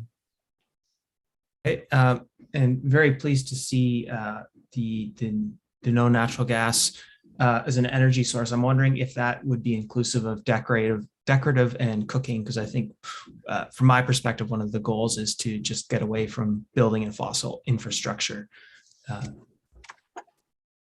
Yes, through the chair, in the term sheet, just looking to see exactly what they said, but the intent was that would include heating, cooking, and so on. You can't stop people using natural gas for their barbecues, I guess, if they wanted, but no, it's meant to, in other words, there's no plan by South Britannia. As the board knows, there's currently not natural gas down to South Britannia. There's no plan to pipe or bring a natural gas pipe down to South Britannia. Okay, and then is there a reason for the small childcare, a rationale why there wouldn't be more space provided, or that wouldn't be a goal? Through the chair, that was I can't recall off the top of my head. I apologize. What a childcare of that size would accommodate in the way of children, but there's been a discussion with the board previously on that. There seems to be a comfort level of that, but again, emphasizing that's simply the minimum that will be required if the demand is greater over time, and it might well be. There certainly is the flexibility in the zone to allow more childcare. The board will recall there was also discussion possibly when the community center is constructed, which may be jointly with an elementary school, there could be childcare in there as well. Okay, thanks. I can stand down for now. Appreciate the answers. Thank you. Thank you. I have questions from Director Birch-Jones and Director Elliott. Thanks, Chair Ford. Thanks for your presentation. I asked before, and I'm still curious about this in the surf park. The height of the walls or the depth of the sort of digging into the earth. And I'm sure you don't know that off the top of your head today, but I remain interested in that answer. And another observation I have, I think before we were talking about non-market rental housing, and it was based on 30% below the median household income in Squamish. And now I see it's the median household income in Area D, which I'm sure is a higher number. I could be wrong about that, but I just observed that change. Thank you. Through the chair, yes, we put Area D in. Just thinking it would be better to have it for Area D, but if there's a desire by the board to use a different geographic on that, that would be fine. And yes, I do remember also the discussion of the height of the walls, and I do not have that information in front of me, but in fact, the intent with the surf park is it'll be largely into the ground. So if it's not as if there'll be a 20-foot high, above ground wave pool or something like that. It'll largely be into the ground, obviously come out of the ground a bit, but I can't tell you exactly how high it would be. We can find that out, certainly. Okay, Director Elliott, go ahead. Just on the childcare question, what is our target access rate for the SLRD for childcare for 100 spots? I would have to defer to Director Needham on that. The SLRD has not set targets for that. So the space that's being provided is only big enough for 25 children, according to VCH guidelines, and that would only be in the 3 to 5 category. And that's sort of like a bare minimum space. So it wouldn't allow for an infant toddler program of 12 children to also be included there. And also, I think we need to calculate how many young people will be living here with children and determine what we believe is an acceptable access rate. So for, the OCP talks about, for Area D and our regional growth strategy talks about building complete communities. So we can't just assume that this is enough childcare. And we need to bake this in, I think, a little bit more strongly, because it's the one thing that becomes a crisis for working families and is keeping women out of the workforce in this region across the board. So, so I think we can't take like a hands-off approach. I think we have to be very proactive about the size and the scope and the age categories that we're looking for if we want to build a complete community in Britannia South. My other question is, has this been referred to, I know Furry Creek got referred to the municipalities and others. Does this get referred after first reading, or when does that happen? I'll defer to Director Needham on that question. Yeah, through the chair. At the SLRD, we typically refer out bylaws after first reading. So this would be referred to the District of Squamish if the board were to give this first reading today. All right. I know our staff have been doing a ton of work around best practice in childcare facilities. So it's an area that we could support the SLRD's evaluation in should we achieve first reading. One of the things, Mr. Vance, that I was curious about is the fire service and where we should capture whether additional fire equipment's required or how if we have enough people, and shouldn't that be known before it goes to public hearing? So I didn't see it sort of captured in any of the documents that were in our package, but I know it's a bit of an outstanding question, especially for taller buildings. So I just wondered on your thoughts on that. Yes, I can answer that in part through the chair, and I think Director Needham can probably expand on it because she's much closer to what's happening on the current work underway on fire services. Tiger Bay has made the commitment, which is part of the draft development agreement term sheet, that they'll make whatever financial and other contributions to the Britannia Fire Service that are required. They don't know what they're committing to, but they obviously got no choice. So they'll make the contribution that's required of them. Beyond that, I'll have to turn over to Director Needham as to where things currently are with the whole issue of fire services. Through the chair, we've been working quite diligently to try and find a solution to fire service within Howe Sound East. We had thought that there would be a possibility to do a parcel tax on new parcels. We found out that that's technically not something that we are allowed to do. We will be meeting with the Director of Protective Services this week to try and find an alternate solution. It may be that we just ask the developers that will be beneficiaries of future development approvals to provide us with a cash contribution equal to what we feel the annual needs will be in order to build up the current Britannia Beach volunteer fire department, as well as the proposed new fire hall, which is to be located at Furry Creek. Okay, thank you for that. Mr. Vance, in the explanation of the affordable housing, it says two things. It says the proponents identified 2 buildings where it fits. And then in the next paragraph around timing, it says it would be part of each phase or 15% of each phase. So I'm just trying to understand, is it all going in one area or is it being spread out during the development of this area?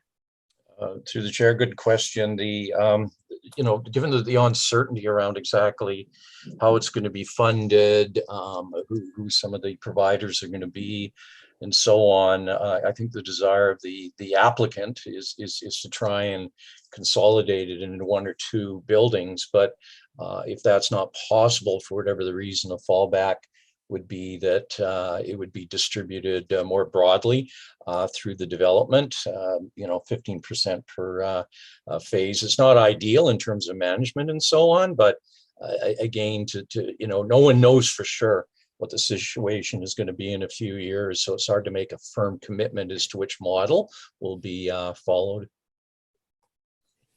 All right, Chair, I've got like many more questions, but I'm happy to step aside if you want me to.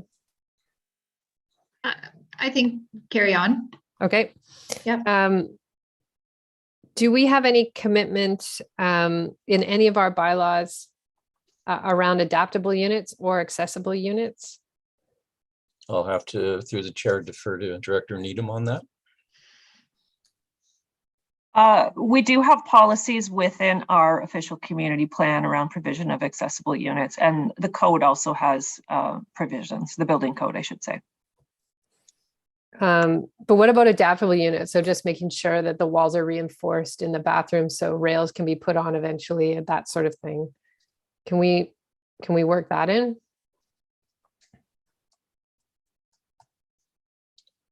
Through the chair, yes, we can in the zoning. We could do it there, we could, or in the development agreement itself. But certainly, I've seen other circumstances where it's been a requirement, so we can find a way to write that in. Okay. A couple of things related to the highway. We're going to acknowledge sort of that potential highway bypass that goes above this development. I'm not sure whether or not we should covenant that or put something on title for the homes that are up high, so that when they buy, they know they could end up with a highway behind them. Because if I'm a buyer, I think, ooh, look at me, I've got this amazing view of the sound and I'm away from the highway. But 15 years from now, suddenly the province is like, yeah, we're putting in a highway. So I just wonder about making sure that some of those homes in the northern section have that register on title, so we're not surprising anyone in the future. Through the chair, absolutely, we can make that a requirement. That would be one of the documents, 215 covenant registered, and that's very commonly done where development is proposed adjacent to railways or port facilities or many things. So certainly we can do that. Okay. And then I know we haven't seen, this is all detail that would be done when we're past this stage, but we talk about this pedestrian bridge over the highway to get to Manatee Bay, I think. Is that correct? Through the chair, it's pedestrian bridge over the railway tracks. Over the railway tracks. All the to get to Manatee Bay. The applicant is hopeful. There's an existing access across grade level access down to Manatee Bay, which I guess goes back to the time when it was a gravel operation. But we don't know if CN is going to allow that to continue for some period of time, or whether they would require the pedestrian overpass early on. CN, as we previously reported, the board has indicated they are not interested in further discussing this until after third reading. So we're not going to know for some period of time what they're going to want as to when that bridge is constructed. All right. So maybe what I'll just say at this time is we should, one of the issues we're facing up in Squamish, because we have so many rail crossings, is accessibility. And some of our parks are on the other side of tracks that don't have an accessible crossing. So it's just something to keep an eye on as that conversation progresses. So I think the residents in this area will have the underpass, but then how do they get over the tracks? So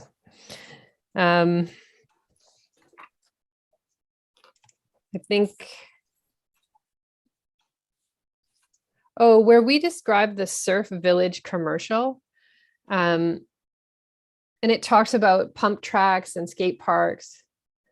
I just wasn't clear to me in the language that we use there, whether that's inside with the surf infrastructure or whether that's outside and available to the community or visitors.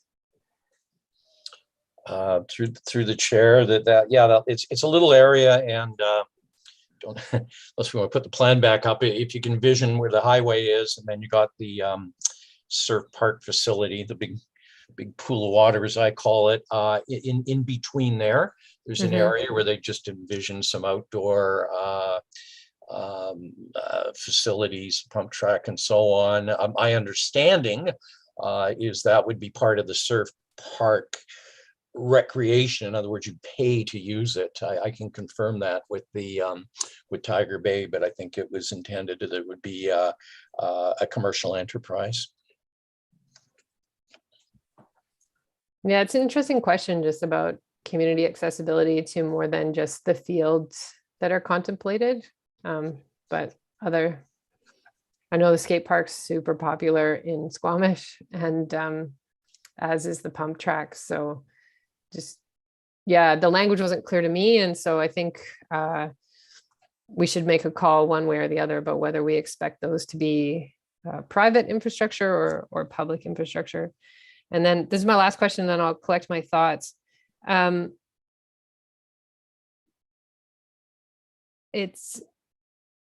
So we know that this, we're trying to build a complete community here, but we know that many Area D residents use our library in Squamish and our rec center because of the pool.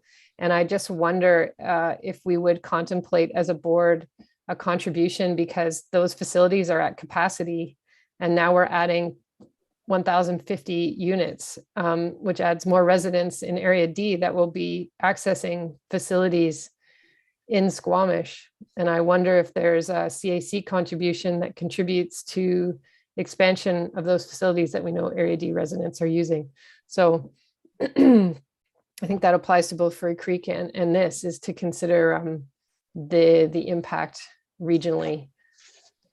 Anyway, I'll leave it there. You, Director Elliott. Director Rainbow, I think I had you next for questions.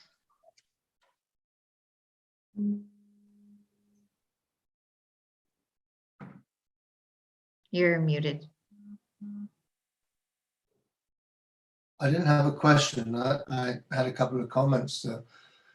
Okay, let's just finish up with questions if that's okay, and I'll come back to you. Were there any other questions? Director Pettengill, go ahead.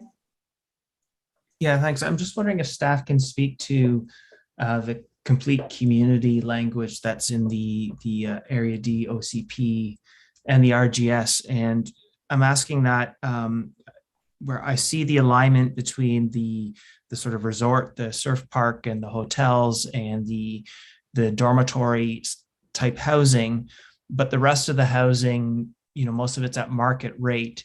And so it's not clear where at this site or in North Britannia, the jobs for the residents in those market rate units will be. And then if we're expecting they're not going to be there, and this is a commuter sort of bedroom community, where are these people commuting to, and what transit options are we planning with the province to sort of deal with either transit or complete community? I guess the RGS is pushes us towards complete community as opposed to transit, but failing that, I think there at least needs to be a transit piece. So I'm just wondering if staff can speak to how these things are fitting together. Through the chair, good question. This board will recall from some of the previous meetings on this application. There is a transit hub which will be built in South Britannia, internal, for drop off, pickup, bus use, shuttle, that sort of thing. The applicant has also been in discussions with would it be BC Transit about having a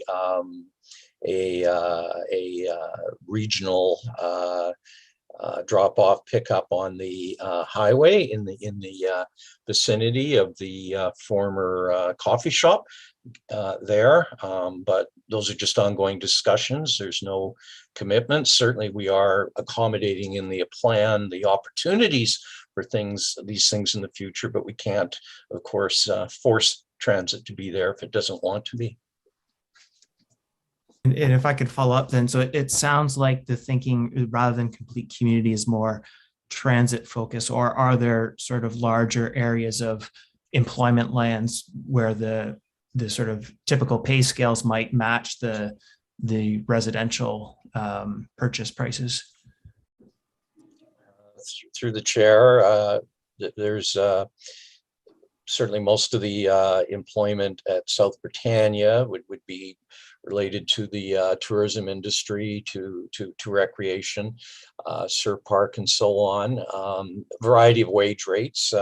Board may recall there was a table provided a number of months ago through the applicant, Tiger Bay, where they had laid out the number of jobs and the type of jobs at the Sur Park itself and what the wage rates would be, and some of them were lower, but some of them were higher. They require skilled maintenance people and others to keep that thing operating.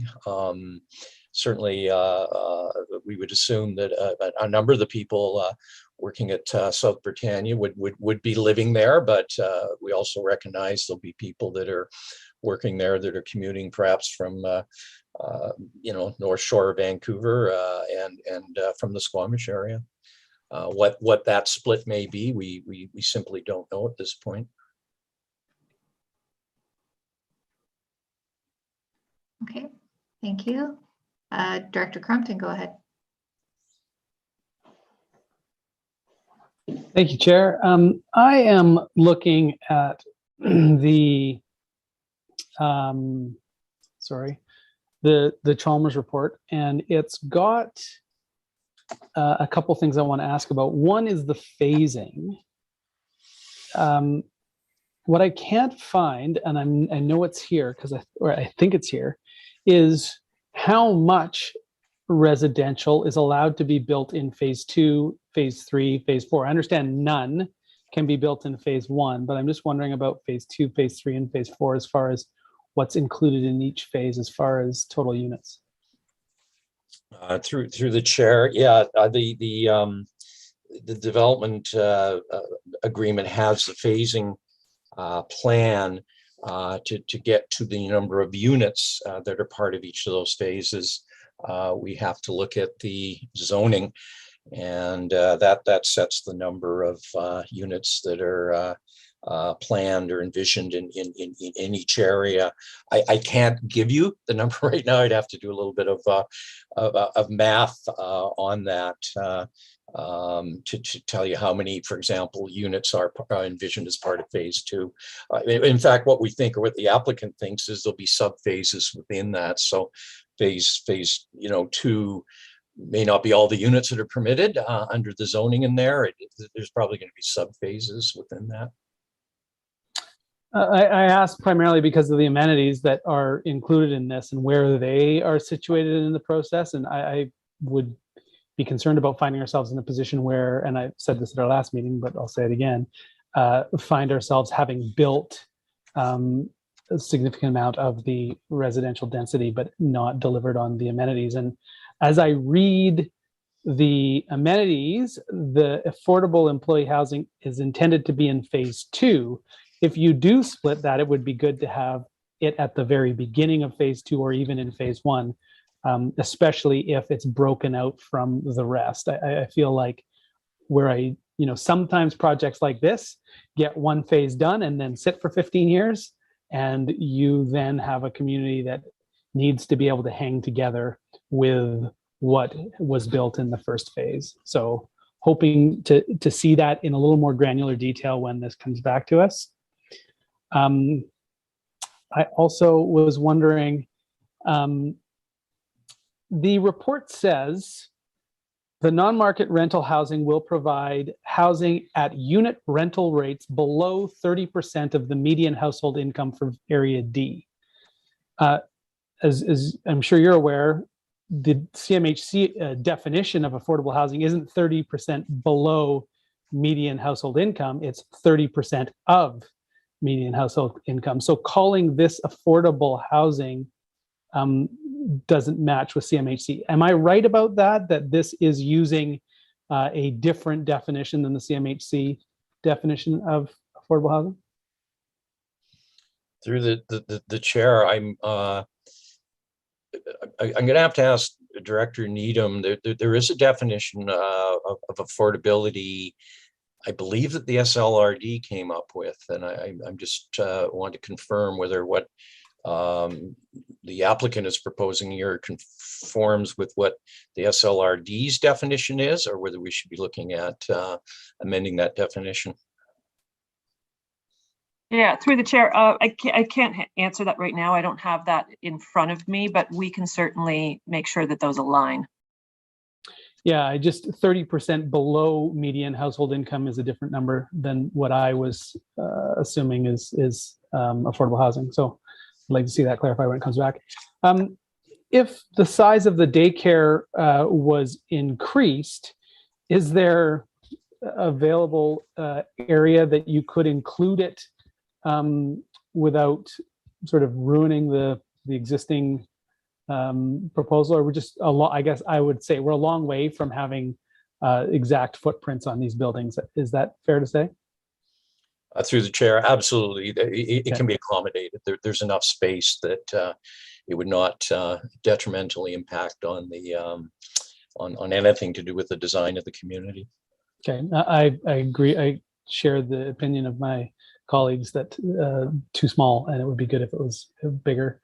And then secondly, natural gas. Is there a specific restriction against the pipeline, or just a general commitment to not include a pipeline? Could they, if they changed their mind, hook into the Fortis pipeline? Through the chair, if it's the board's wish, and at this point they're saying no, we're not going to hook into natural gas, and if that's part of the development agreement, that becomes a restriction, and in the future they couldn't hook into natural gas, and unless they came back to the board and the board changed its position on that. So they're saying not now, not in the future. Great. I'll just say generally, for any of those things that they've committed to, I'd like to see those turned into actual restrictions, pipeline and otherwise. Through the chair, absolutely. That's the intent in the development agreement, that this would all get captured. Perfect. Thank you very much for your time. Question, Director Rainbow. I just wanted to, I just wanted to comment on this natural gas question. When I first started this job, I had lots of requests from people in Furry Creek and Britannia about the feasibility of Fortis bringing a natural gas line in. And so I had some conversations with Fortis about it. The situation at the moment is Squamish is served by a pipeline that comes through from Coquitlam, sort of behind Furry Creek, behind Britannia. The cost to Fortis of tapping into that pipeline and coming down into those two communities is so prohibitive that they've just ruled it out and said it just won't happen. And if this developer decided they wanted to have natural gas, first they'd have to convince Fortis it was economically feasible, and then there would have to be all kinds of environmental studies and a process that involved provincial government, and I think it's a non-starter. I don't think we need to worry about it. So I just wanted to add that. Thank you. I'm going to go back to Director Elliott. I think I have 9 more questions, so I'll be quick. In which document do we capture EV charging infrastructure for homes? Through the chair, we could put that into zoning. We could probably put it into the development agreement. We could put it into, and I'm looking to Director Needham part on this, the form and character development permit guidelines. There's a number of different ways we could capture it. I don't know to date if it's been captured for any other communities such as Furry Creek. Might provide some guidance as to how we best make sure that it occurs.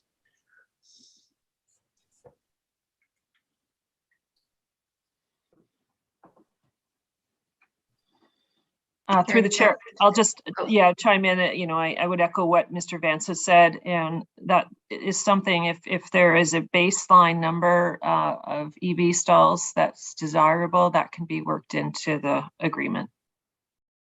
Yeah, I wasn't thinking specifically public stalls, although we need those, but actually in the homes and in the multifamily units as well. I think we need a target so that they're built for the future we're heading towards. Oh, are we allowing for home daycare in the residential uses? Through the What do you chair, a good question. I don't know if we have a definition called home daycare. Director Needham would probably know. Is this something that's just generally allowed as a provision in the zoning Yeah, I don't bylaw, know. or we need to write it in? Through the chair, we had considered it, but due to the tightness of this site and the extreme lack of elbow room and space for parking, we decided that the residential multifamily units were probably not good locations for residential daycare of any large scale. You know, 1 or 2 kids I could see, but daycares tend to attract a lot of cars and traffic and parking, and for pickup and drop off and everything else. And there's just really not the space on this particular site for that kind of a use. One of the uses that's not listed in the CD4 zone in the commercial areas is a grocery store. But is that covered under like the general retail kind of concept? So it could be there under that? Through the chair, yes, exactly. It would just Okay. continue to consider general retail. Are we mandating centralized waste rooms for all of these developments instead of individual bins in garages, which is causing a lot of wildlife conflict? So rather than everyone getting bins, there's just for each townhome development, or there's one waste place. Through the chair, there's been no discussion of that. And I don't know what the policy direction to date has been with the regional district. Perhaps Director Needham might have some insights on that. It has not come up in the discussions to date with Tiger Bay. Yeah, through the chair, that would be captured through the development permit, and each multifamily project would have to provide for its own waste rooms. I just know with the compactness of the site and how people store toys in their garages, not cars, that not having to store bins. And then we also avoid the wildlife conflict of having bear-proof centralized organics and recycling and waste places. Have we secured public washrooms and change rooms for the Manatee Bay Park? Through the chair, one of the things that we will be capturing in the development agreement is exactly what the or generally what the improvements would be at Manatee Bay Park. The applicant is basically said to staff, look, tell us what you're looking for down there. But certainly, and this is based on some thoughts and direction from the board previously, yes, we would see some public washrooms being required down there, perhaps, picnic area, some waste cans and so on, but fairly minimal improvements to the park. But certainly it had been envisioned that washrooms would be part of that. Okay. And where do we secure diking for sea level rise and the setbacks associated with that? Through the chair, as I think previously reported to the board, all the buildings meet or exceed the flood construction level. I don't have the number in front of me, but that had been set by the applicant's engineers and reviewed by consulting engineer for the regional district, and they're comfortable that sea rise has been taken into account in the plans. So the foreshore can sustain over 1 meter of sea level rise? Through the chair, yes. There may be some work required down there, but it's minimal. There's no there's no plan for or anticipated need for any diking, for example. Okay. And have we consulted best practices and setbacks from rail lines in terms of safety, vibration, covenants, improvements that mostly affects the tourism accommodation, but people don't like to hear train whistling at 3 a.m. Maybe they don't whistle down there. They whistle a lot in Squamish. Through the chair, I think we'd be putting, much as we were talking about for the highway, a covenant reminding people that there's a rail line there. Obviously, people should be aware of it, but they're not, and sometimes. And I mean, the tourist accommodation is going to be adjacent to the rail line. The lodge that's proposed for down near the Natty Bay there will be in fairly close proximity to the rail line. There's really no way around that. It's a small piece of land in there. But and in again, terms of setbacks, Mr. Vance? I can't answer that through the Okay. chair. I don't know what the setbacks are. Certainly when we get into discussions with CN, they're probably going to be wanting this covenant put on as well. They may have some other comments, they may have some needs around fencing and so on. As the board's aware, people get down to Manatee Bay right now by wandering down the rail tracks and so on. So we don't know if CN, pardon me, could come up with some further conditions they'd like to see put on this. Thanks. Thank you very much, Chair. Thank you. A lot of thought-provoking questions that are really helpful for the board. Were there any other questions? Director Demir, go ahead. Just a comment, Jack's question on the phasing.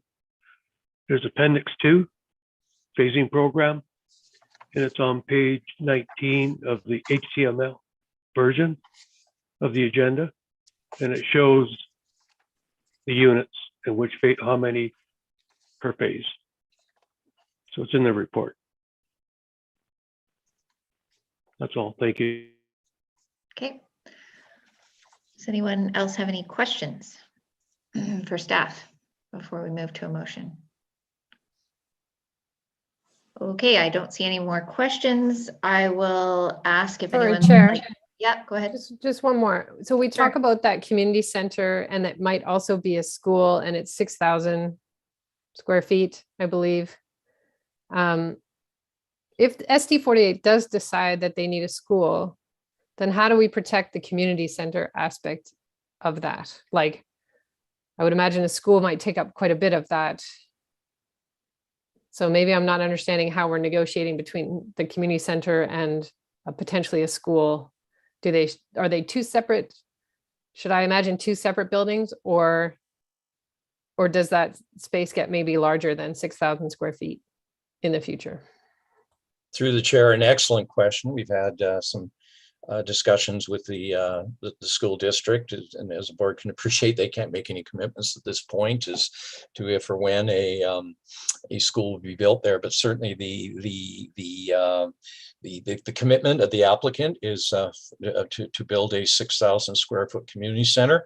But if it happens before the school, it would have to be designed in such a way that if a school is also there, that there's room to accommodate both on the site, and probably integrated ultimately then into one building with some shared facilities and space. But the applicant's commitment is to the 6,000 square feet. Again, whether it's ultimately attached to a school or is separate is to be determined, but we have to make sure that both can be accommodated on that site.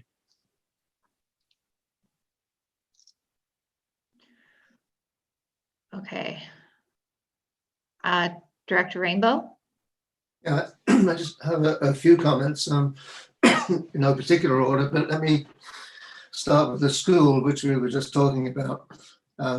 Yeah, it won't be School District 48's decision when a school is built there. It'll be the Ministry of Education, and they will also be the ones making most of the decisions about what that school is going to look like. But there are all kinds of examples around the province of where a school district and a local government, like a municipality or whatever, have planned a facility together whatever they call it, whether it's called a community school, whether it's called a school/community center. There are lots of examples of that. And I think that's what we should sort of bookmark right now and work towards. That school, there's no way it will be built until the kids are there. So we're looking at a number of years down the road, but there's no reason why we couldn't right now have a general discussion with the school district and get some sort of an agreement which we could then take to the Ministry of Education when the time comes. I don't think it's it could involve funding of the operation of the building, so that if it's designated just as a school, then all the funding has to come out of school taxation. But if it's designated as a joint facility with the regional district and the school, then the operation funds can come from different pockets of taxation. So it's important we get all that sorted out. I don't think it's a problem. And that sort of leads me into childcare. Yeah, really important, and really we really need to make sure that there's adequate provision there.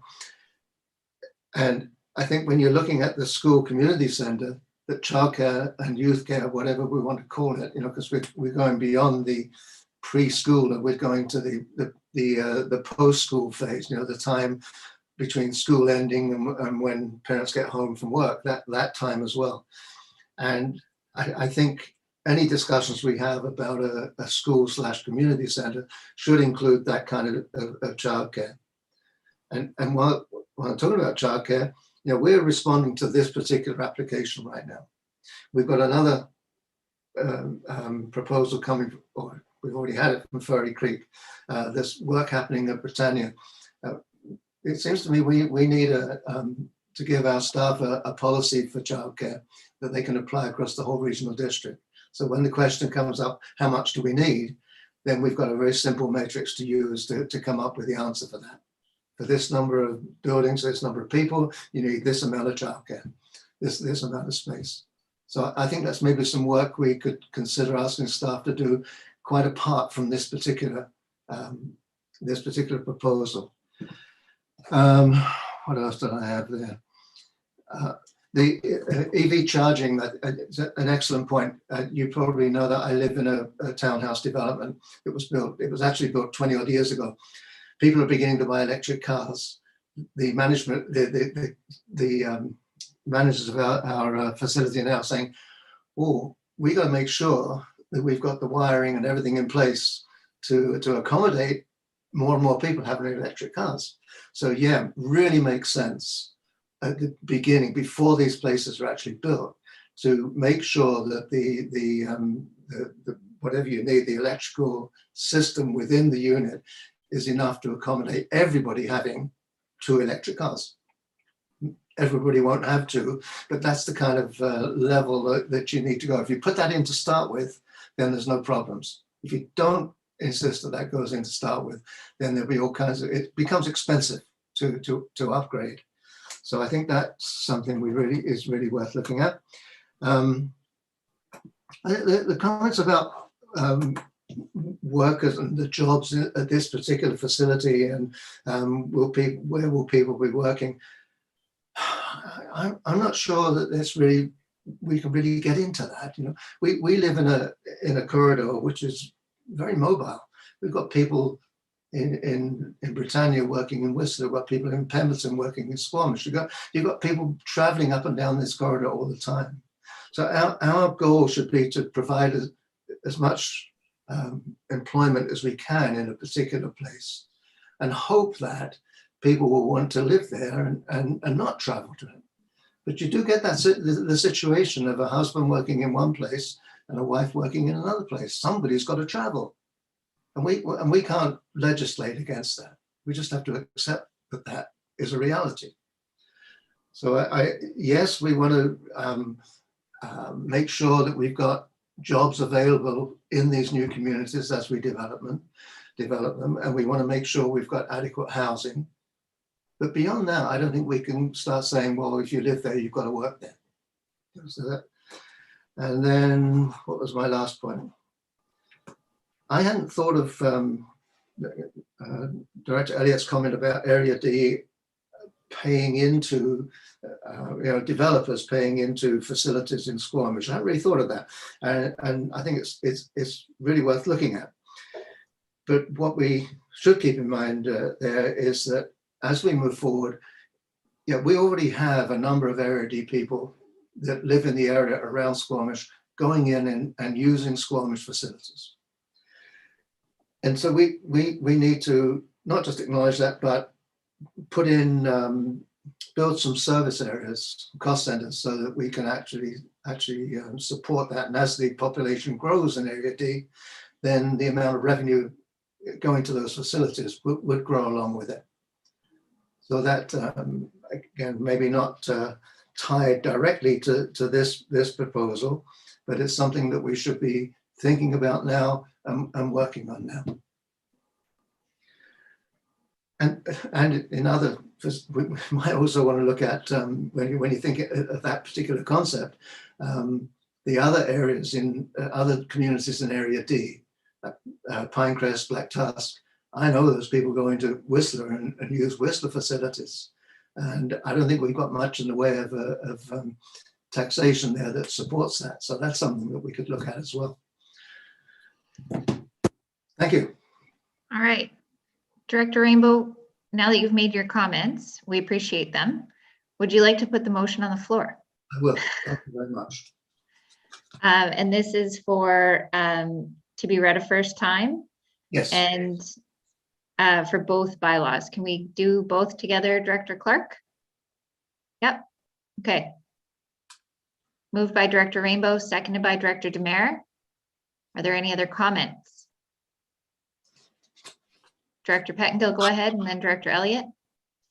Yeah, thanks. I appreciate the discussion. I guess the comments I would add with everything I've heard is I do think we need to identify a mix of affordable unit size and some larger units. I think we've seen this as an issue we need to address in Squamish that we're starting to look towards, but the general practice thus far seems to be affordable units are very small units kind of across the board. And so I think we can, it's not unreasonable to assume there's, we probably need some more of the larger ones somehow. I'm reasonably comfortable if seasonal dorm worker housing is going to be concentrated in one location, but in terms of the rest of the affordable housing more generally, I think there's benefits to thinking about spreading it out as opposed to putting it all in one building or one small complex. We've talked a fair bit about the daycare. The other thing is, to the degree this is going to be a commuter's town, we're already challenged with daycare in Squamish, and so does this become a place where these residents are going to also be competing for Squamish daycare spots, and so that is on top of my mind in terms of making sure we have sufficient daycare here. I think there needs to be something. I don't know what the solution is, but with all the talk about the highway and need for regional transit and so on, if we're planning a whole bunch of new residents, I think somehow we need to find some way to have something a bit more concrete around making sure regional transit is more of a reality, whatever that is. The RGS and OCP, the language in both are pretty clear around complete communities, and it's not clear to me how this proposal aligns to that. So whether the proposal needs to be adjusted or we just need more clarity on how those things align, I think that's important. I take my colleague's point that we can't require people to work in their community, but I think we can, and I think it's our job to make sure the opportunity is there for them to do so. And that means making sure there's enough employment space set aside to match the residential and zoning that's appropriate, so that, reasonably you could assume the wages will match the housing there. And then, I agree with the comment about capturing some of the developers' commitments in formal agreements. The one piece, I appreciate that a gas pipeline may not be practical at this location. But one of the other things in our RGS is some advocacy around climate change. And I see this more as an advocacy piece, just stating that explicitly. And it's a bit of an easy win for everyone, because if they're not going to do it anyways, there's no skin off their back. So let's just put it in. And yeah, I think we're good all around. And I will hold my comments there. Thank you to the staff for all the work on this. Thank you. I had a comment from Director Elliott. Thank you. Appreciate the work that's gone into this. It's complex, and I know we've had a few kicks at the can. I do think when it comes back, we definitely need to establish some access targets, at least for this area for childcare, and not forget that the infant toddler care is critically important to that mix. We wouldn't be able to do that in the size that's currently proposed. If we're putting the childcare use in the commercial area, then we may find that we don't have enough commercial space to provide all the services that this community needs. So I think as childcare gets bigger, we need to rethink the commercial zones. I've spoken to being careful with the covenants and the EV charging, making sure that's written in, being really clear about which assets are in the public realm and which will be behind a paywall in terms of the pump track and skate park. There aren't a lot of amenities outlined yet for green space and what families are to do. And as we go forward, we'll be looking at things like covered space and playgrounds with shade sails, all those sorts of things. So I know that detail will come out, but whatever we can bake in the zoning and the development agreements, I think is important. I'm still not a big fan of the layout. I think that the surf park cuts off the neighborhood. It doesn't feel walkable. And I know we've put the 15-minute zone around it, but we have the community center up in one corner and the commercial down in the other. And so you have to travel in lots of different directions to get your needs met. So the layout of this area is still challenging for me. I agree with my colleagues, the affordable unit size needs to be considered. And I just think overall, it still to me lacks aspiration as a community of the future. We're sitting here, 9 years out from 2030, and we got them to move to step 4, but I actually thought we would see a builder talking about net zero at this point, given how long they'll be building out, and making sure there's covenants that protect people's solar panels, and really, paying close attention to active transportation and keeping people out of their cars. And so, to me, it feels like this development is still building for today rather than building for the future that we're living in, that needs to be more resilient, less carbon intensive, and more focused on community. So, I certainly meets a bar that will get it through first reading, but some of those important details, I think, need to come back as we move through this process. I'm still not convinced that we've built a complete community here with enough employment or services to really support the over 1,000 units that will be built. Thank you. Thank you. Director Crompton. The phasing on this has me thinking two things. One, I would like to see, especially the affordable housing amenity, move forward into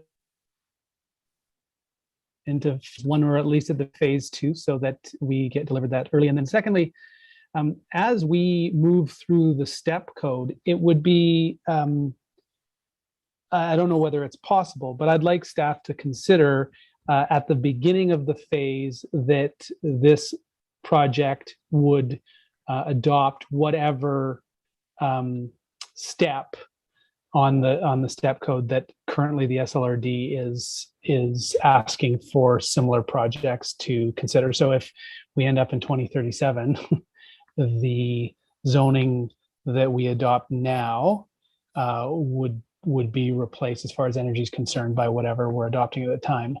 I am inclined to believe that may be the case anyway, but want to mention that in case it's not. Okay, good. I see that there's nodding.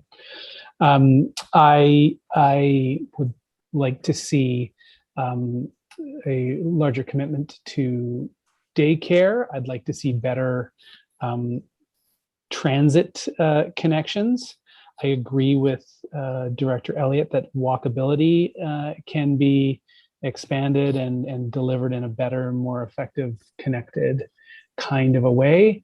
I'm a big believer in the value of the commons, and so I do have some concern about too much private recreation space, and I would state that for the way I think about it, the more private recreation space that is included, the less credit I would give that as far as being an amenity to the community. Overall, I think this moves in a positive direction, but I think it can be better than it is, and I look forward to seeing it come back better than it is. And Mr. Vance, thank you for your work. I know that this has been challenging, and you've done good work, so I'm grateful for it. Yep. Yes, thank you. Okay, Director Rainbow. Thank you. Yeah, just I was thinking of a comment somebody made earlier about is there going to be a grocery store? And my initial reaction to that was, well, yes, there is going to be a grocery store. It's in Britannia North, and it's going to be a reasonable size grocery store, and it will be in place and operating before anybody is living in Britannia South. And I think initially people from Britannia South would just go to that grocery store in Britannia North. If at some point an entrepreneur decides in Britannia South that he thinks he can operate a grocery store which will compete with successfully the one that already exists, then that will happen. I don't think we need to be involved. And when I was thinking that, I got thinking about the RGS and what do we say about communities in Area D? We want a complete community at Porto Cove, at Furry Creek, and at Britannia. We don't separate Britannia South, Britannia North. We talk about Britannia as one whole community. So when we're looking at this development, we should look at it as a complement to what already exists and what is being developed in North Britannia. So the facilities they have there would be available to the people in South Britannia. What is being built here will be available to the people in North Britannia. It's not very far apart. There's a trail proposed to join them, and we need to remember that when we're thinking of the totality of this area. There'll be jobs in both places. There'll be people moving from north to the south part to work, from the south part to the north part to work. So just let's keep that in mind as we move forward with this particular proposal. And I too would like to say to Mr. Vance, thank you very much for the work that you've done here and the way that this material was presented. Thank you. Thank you. And yes, thank you to staff for your work on this and the ongoing efforts to really address the needs of the community and the needs of the board. And this is great. It's exciting to see. With that, I am going to call the question. Is there anyone opposed? Motion carries. Thank you both. We have a Sea to Sky Regional Hospital District meeting that is set to begin at 2:30 with a delegation. It is a shorter agenda, but I think what we will do is we'll recess this meeting for the day. We'll send areas A, B off for the day. Everyone in favor of that? Kristen, you okay with that? I don't see that we're going to get through and then back into this meeting.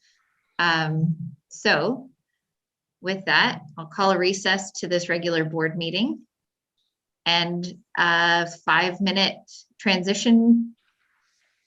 I know you don't need to change the live stream, but I'm sure everyone could use a comfort break for 5 minutes. And just a reminder, Director Birch Jones, Director Demare, that we will begin tomorrow at 10:45. Everyone okay with that? Thank you, everyone. What's our target? Enjoy your next meeting. Hey, don't gloat, way. Sal. Don't gloat. Hey, Sal, you can stick around. No one's making you leave. I'm This leaving. It is a good public stuff. meeting. You can Yeah, attend. you can totally stay. And we'd appreciate your input too. What's our target end time for tomorrow then? If we're not starting till 10:45? Before 5:30, how about that? Before 5:30? Before 5? Depends on how much you talk. Yeah. Yeah, that's true. No, I haven't said much today. I've been It's totally up to you. listening to you. Come on now. I will say very little, unless it's to say how much I like Squamish, and I'm sure that won't get any complaints. Okay. Can we look at 5 as an end time? Well, we have to get through the business, so let's be concise tomorrow and we'll get through it all before 3 o'clock, maybe. It's possible. We've done it before. We can do it again. Looks like Sal and Viv are going to stay for our meeting. I'm excited. Yeah. Awesome. Goodbye. Bye. Bye. Go. All right. Okay. Oh, God. Jen, I do have another meeting at 4. I'll be running away at 4. No worries. That's my objective, is to be done. But let's take a couple minutes and then come back before 2:40, please. Thank you. Good, Kristen? I've got to find the agenda. Thank you, Chair.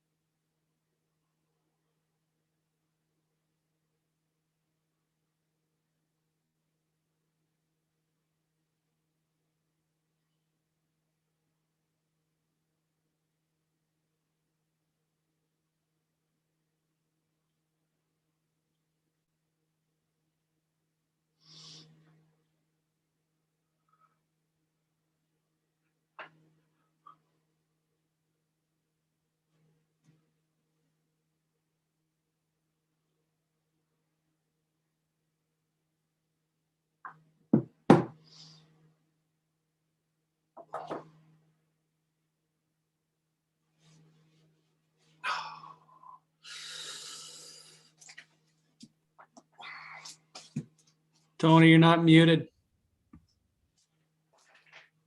How do you know? Because I can hear you. I was just going to look up BBC Sports, actually. You don't want to do that if you're me today. Holy mackerel.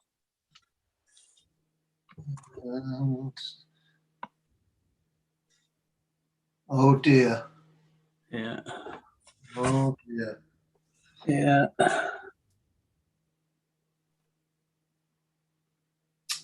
I don't like that.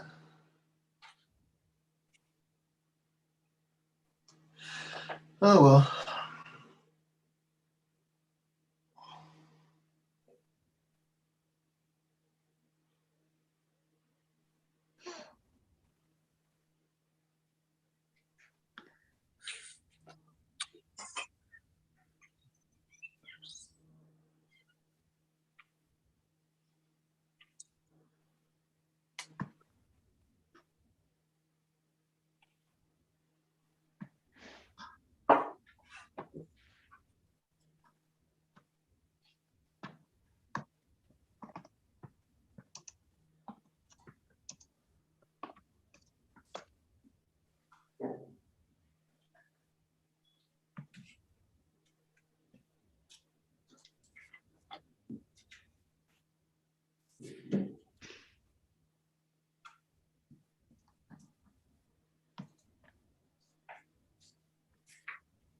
Jen, you're getting more and more rugged up. Is there no heating where you are? I'm in Jack's office and it is the coldest room in Whistler. There is zero insulation in this room, gigantic windows. Actually, I don't know if you heard it earlier, a huge bird hit the window. No. And it's really, really cold. I'm sorry, I hate being cold, so. In one of my classes this year, a bird hit the window on this big classroom, and there's like 60 people in the room, and it was a fascinating experience. People's responses to a bird hitting a window are so different. Some people are just like, oh, some people like burst into tears, and then there was everything in between. It's the most interesting experience I've had in a long time. Just the differential experience we have around birds hitting windows. It's weird. Okay, it's 2:40 and I am not calling this meeting to order. Kristen is. Thanks, Director Ford. Is Director Richmond with us? And is Director Mack with us?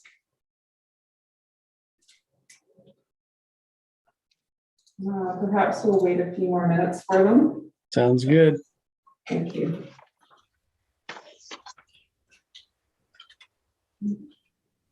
I'm here. I'm just turning off the camera. Jack, were you a student in this room or a teacher when the bird smacked the window? A student. It was crazy.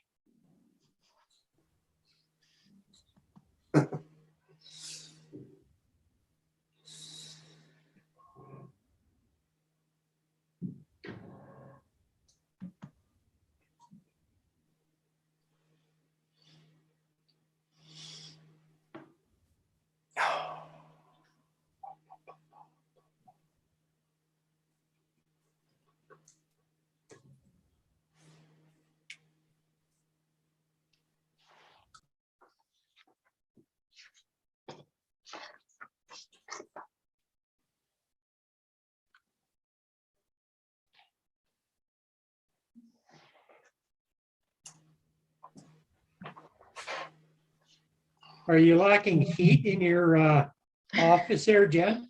Yes, it's very, very cold.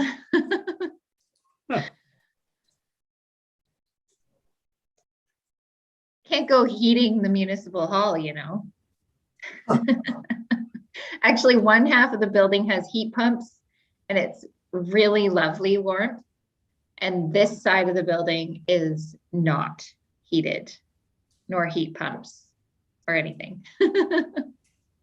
Yeah, you just finding out what it's like to sit in the mayor's office? Any significance to that? I've been sitting in here for 1.5 years. Oh, yeah. Well, Yeah. That's a secret. Except when he's in here, then I go and sit on the other side, the warm side of the building. So, but all our staff are back in, so all those offices are now occupied.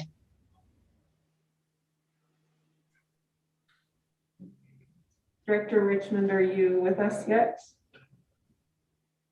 Okay, I think I'm gonna go. Oh, he's here. Sorry, you are, okay, thank you. I am going to call this meeting to order, and we would like to recognize that collectively we are on the unceded territories of all the First Nations in our regional boundaries. And I will open the floor for nominations for chair, please.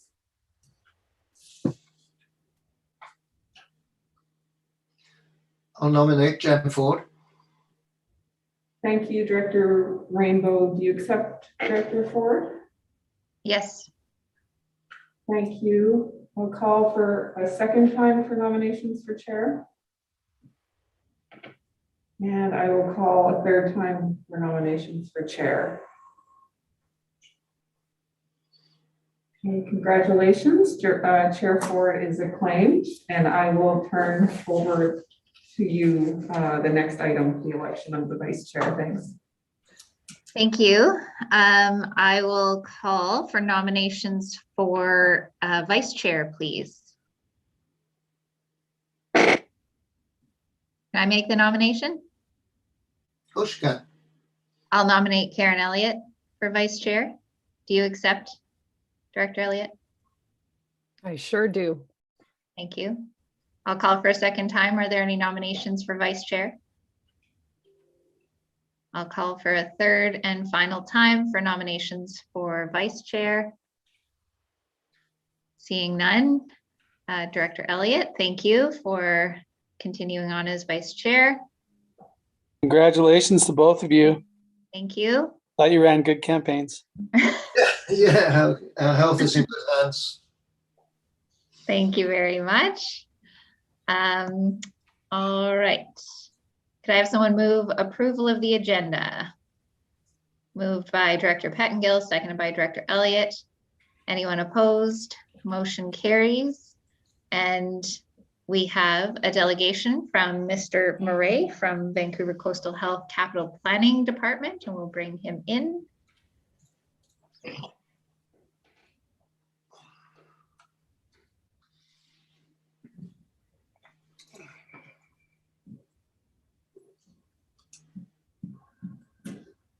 Chair, I'm admitting Director LaFrance as well.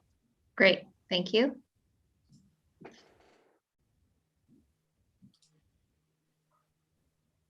All right, good afternoon. Mr. Murray, thank you so much for being here today. Thank you. Director LaFrance, thank you for being here. I will turn it over to you for your presentation. Mr. Murray. Thank you very much.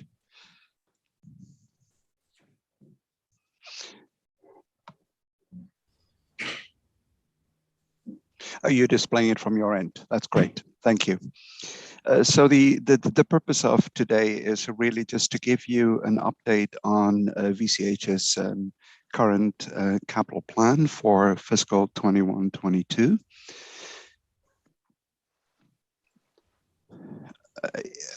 Who's controlling the slide? Sorry, at your end. No problem. It's myself here. It's Philippa Campbell. If you can just say next slide when you're ready to advance, and I can do that. Excellent. Thank you. If you can give me the next slide, please. Thank you. And in alignment with our strategic priorities, firstly, exceptional care, innovation for impact, and a great place to work as a backdrop. Next slide, please. We're looking at the capital planning timeline. There's an executive summary, and then we're going to go into a little bit more detail around what the actual capital plan is, and end with some of the appendices where it outlines more of the very specific capital projects that's currently underway, as well as upcoming cost share requests for which we will be approaching you in the foreseeable future. Next slide, please. The capital planning timeline for FY22 through 27, the purpose of really just zooming in on this is to kind of re-emphasize the disconnect that we have in terms of how our capital planning process aligns with your requirement for your budget cycle, which we always seem to be a little bit offside on that. So just a quick high-level overview. We started in November of last year and worked through till March to gather and prioritize all of the capital projects against the different funding sources and within the different programs, being clinical equipment, our facilities upgrades and renovations, and then the IMITS systems. So at the end of the day, the finalized capital plan was presented to the board in August. We were aiming for much earlier, but due to full agendas, etc., we were not able to make it to the June board. So in August, the capital plan, which I am presenting here, is what's been approved by the VCH board. The next slide, please. The very first bullet is with reference to our typical priority investment projects, and this is the submission that we are making to the Ministry of Health. Currently, those priorities are in the range of around 4.6 billion. This is essentially replacing existing infrastructure. It's not growth at all. Looking through our current plan from FY22 to 27, which is the 5-year view, we have $4.7 billion in total capital projects underway, of which St. Paul's represent 2.5 billion of that.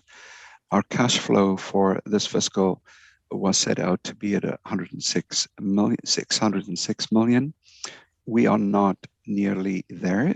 That includes St. Paul in terms of the cash flow, and they are not proceeding with that project as great at this point in time. Construction has started, but it started later than anticipated. In the next bullet, that's just to say that within this current fiscal, our new funding totaled $105 million. Of that 105 million, 59 of that is what is called our typical routine capital investment allocation that we receive from the ministry, which has been pretty much similar for a number of years and then forecasted out to be exactly the same. The Carbon Neutral Capital Program, or CNCP as it's generally referred to, that is 5 million. That has increased substantially over the last couple of years. It jumped from about 1.4 million to 2.7, and we're now at 5. And I think it also aligns in a way in terms of our contribution that we are making to the ministry. Thirdly, minor capital is 19 million. That is an amount that has been stagnant for the last 15 years, which is really the one funding source where VCH have ability to prioritize from within. So we are consistently advocating for an increase in these funding sources. And lastly, we have an internal fund, which is a restriction of previous operating surpluses in prior years.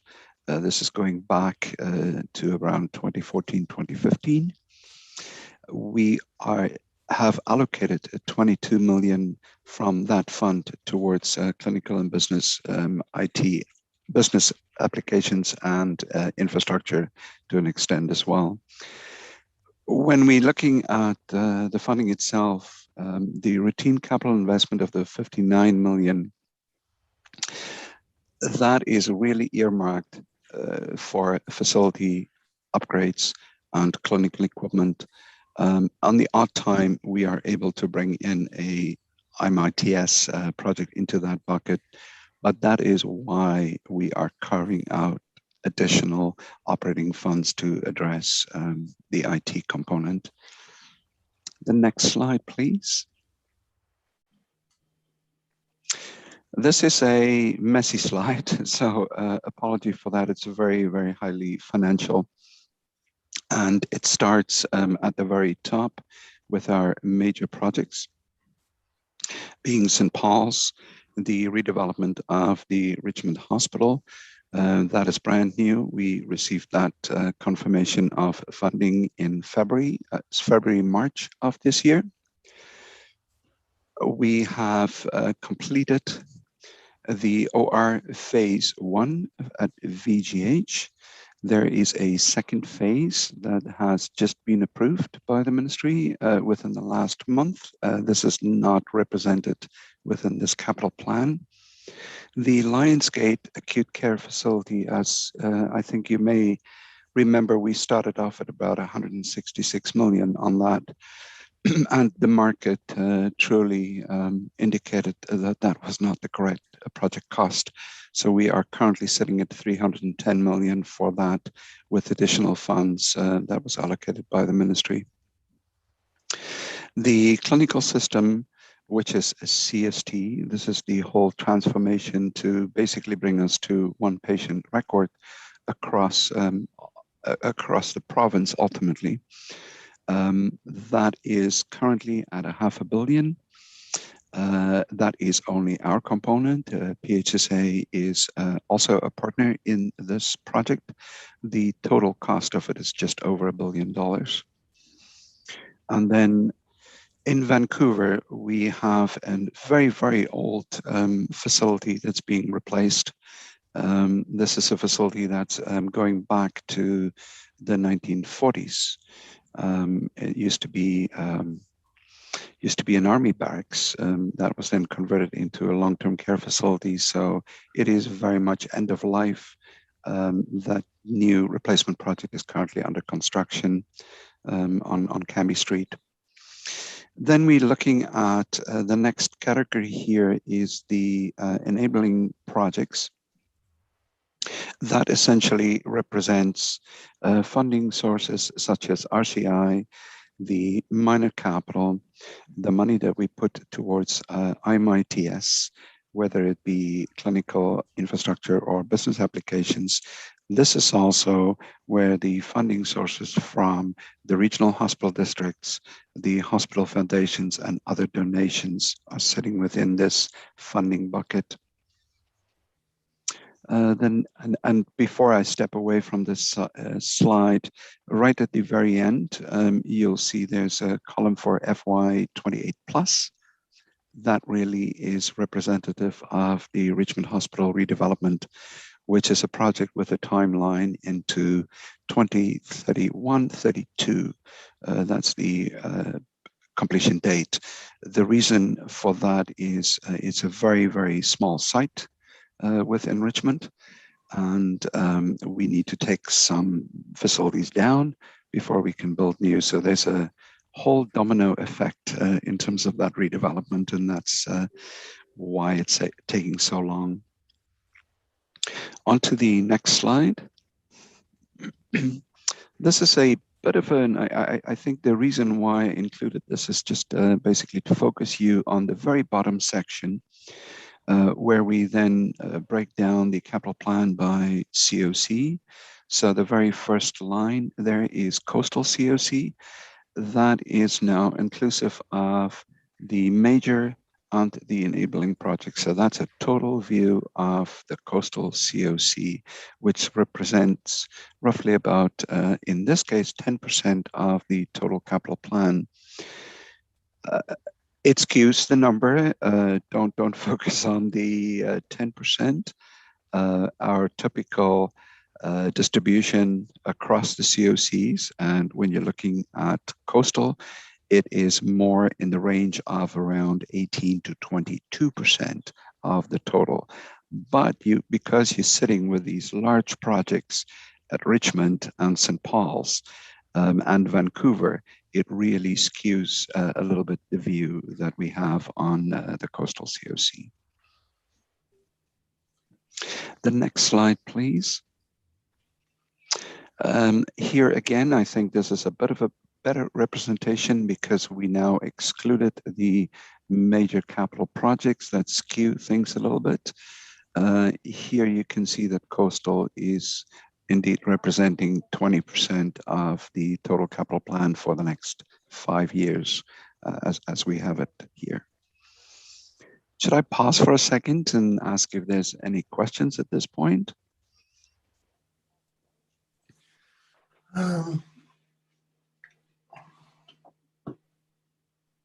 Go ahead, Director Rainbow. I'm just, I can't find any reference there to hospital facilities in the Sea to Sky. They don't seem to appear anywhere. I see Richmond and Vancouver and Lionsgate and so on, but I don't see anything in Sea to Sky. So you won't, and you'll see it a little bit later as we're getting onto it. So when things roll up in this way, in which we are representing the capital plan to our board and to the Ministry of Health, we are grouping it by community of care. So you see Lionsgate here because of the Lionsgate project, but in generally, we are referring to Sea to Sky, Powell River, Sunshine Coast, Central Coast, and Lionsgate, all as the coastal community of care. So when we go into the appendices, you will actually then see the projects with names associated to each one of the hospital sites. In a similar way, Vancouver, for example, also includes GF Strong and UBC Hospital. We do not identify those separately. In a similar way, St. Paul's also includes places like Mount St. Joseph's Hospital, Holy Family Hospital, etc. But in general, we are referring to it as St. Paul's.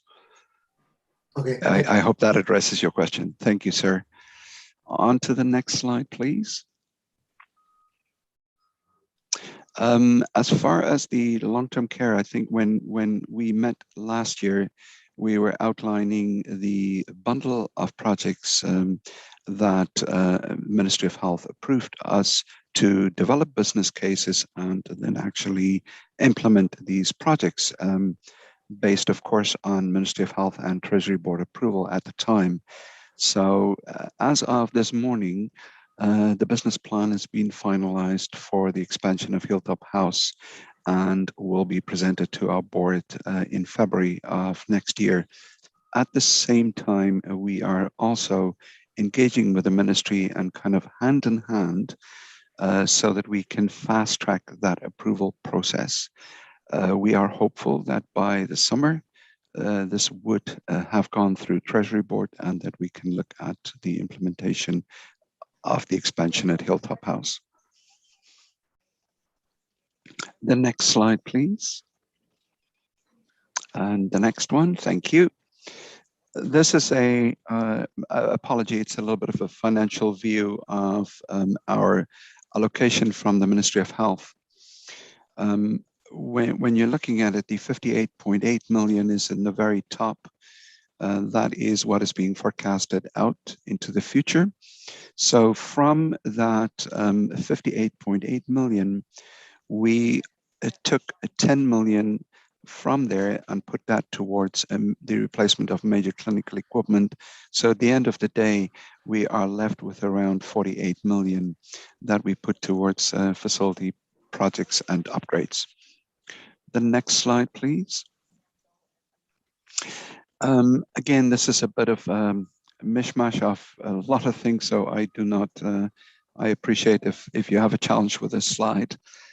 The main purpose, I think, here is to indicate to you that halfway through the slide, There is the subheading for the Ministry of Health funding component that completes funding for all projects, be it large or small, that we are receiving from the Ministry of Health. It includes things such as renal funding. It also includes any mammography, which is flowing through to us, our minor capital, and the academic component as well, which is not a direct allocation from the Ministry of Health. That is coming from Advanced Ed as it pertains to UBC Med School. And then a tremendous amount of alternative other funding sources listed below. Is there a need for me to go into any of this detail, or can we move on to the next slide? The next slide, please. Yeah, that's fine. Thank you. And the next one. This is the summary of the allocation that was made to the coastal COC in this fiscal. That totaled 8.1 million from the 48.8 million in total. And here is where you will see that these projects are indeed spread other than just Lionsgate. The very top ones are the projects that was underway, that is in need of additional funding. And of course, under our procurement rules, we cannot go to the market for a part of a project. So in a general sense, once the allocation of the funding source that's been identified is not sufficient, we have to pause until the next cycle and actually add additional funds to those projects. And this is what's happening to the first 4 here, and the rest of it is all brand new. On to the next slide, please. Now, the next couple of slides is really going into those kind of enabling projects. And this now includes the existing projects underway plus the net new. So if you are looking down towards the bottom, there is a header in the table that says FY22. So everything following that is the new that's been incorporated. And in summary, it ties back to the previous slide as well. On to the next slide, please. Thank you. By categorization, we are separating long-term care. As you've seen on the previous slide, that is clinical renovations. Then we separate long-term care, we separate infrastructure, and any leased sites. And that is more for clarity around our board, because we essentially meet with them every couple of weeks, and they don't always remember because every time the information is new. So it is a challenge, and there is always very specific questions around long-term care as to what is our ongoing investment within the different communities on that. The next slide, please. There are 2 slides here that is addressing infrastructure. And as you can appreciate, most of our facilities are really aging. So a lot of replacements, a lot of upgrades that we continuously have to do to meet not only standards, but to keep the lights on and keep things working. And then there are the occasional renovation that we need to do to actually meet new or updated clinical standards as well. On here, there's one project that's on hold, which is actually in Sechelt. It's rare that that happens, but in this case, we have one on hold. The next slide is a continuation of the total investment that we are doing in the infrastructure. This is the start at the very top. Everything below FY22 is the brand new items. And then the next slide, please. This is clinical equipment specific to the coastal COC. I think two of the major projects that we have underway within the rural areas are the fluoroscopy units.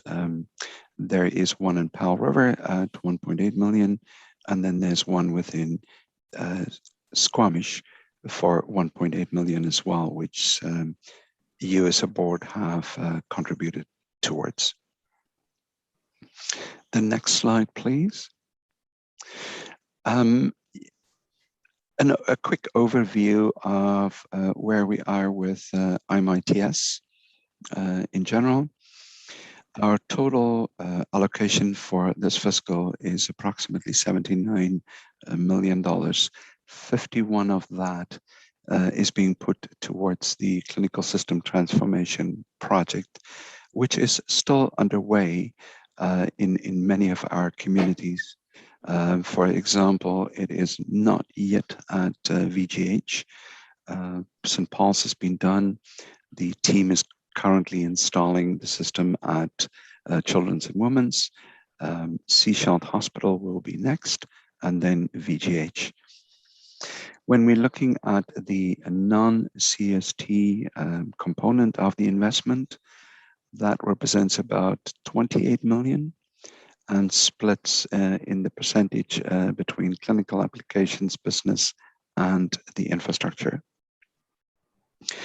The last set of comments here is really with reference to the infrastructure upgrades that is required to enable us to actually install CST. A lot of our IT infrastructure are really aging, and major upgrades needed to get done. Things such as power and cooling is necessary for some of the data closets, especially I think over the summer here with the heat wave. We have experienced some issues with some of our IT hardware. We are replacing the cabling with fiber optic cable in advance of the rollout of CST, and then also ensuring an uninterrupted power supply, which is existing at the moment, but it is aging and it needs upgrade. On to the next slide, please. This is just to give you a little bit of a glimpse into potentially what I will be coming to you for a cost share. We have previously approached you for the domestic water piping replacement project at Squamish General Hospital. Again, we have a challenge on that project due to the market, and we will be requesting from you in the new year for an additional contribution to that project. And then the new one that will be coming forward will be the cooling units for laboratories and medical imaging in Squamish General Hospital. And the rough cost estimate at this point is around 74 million. I just want to take a moment and speak to our capital planning process for next fiscal.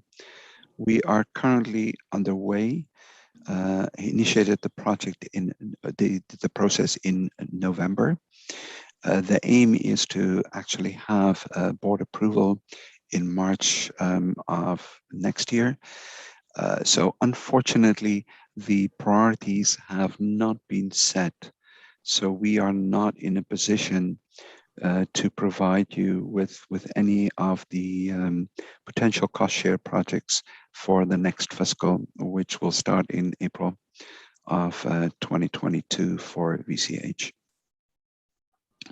The next slide, please. Now, I think this is probably the end of it, or we're getting there. Thank you very much. It's a quick overview of our process, the engagement that occurs at various site levels. There is a huge reach out for projects.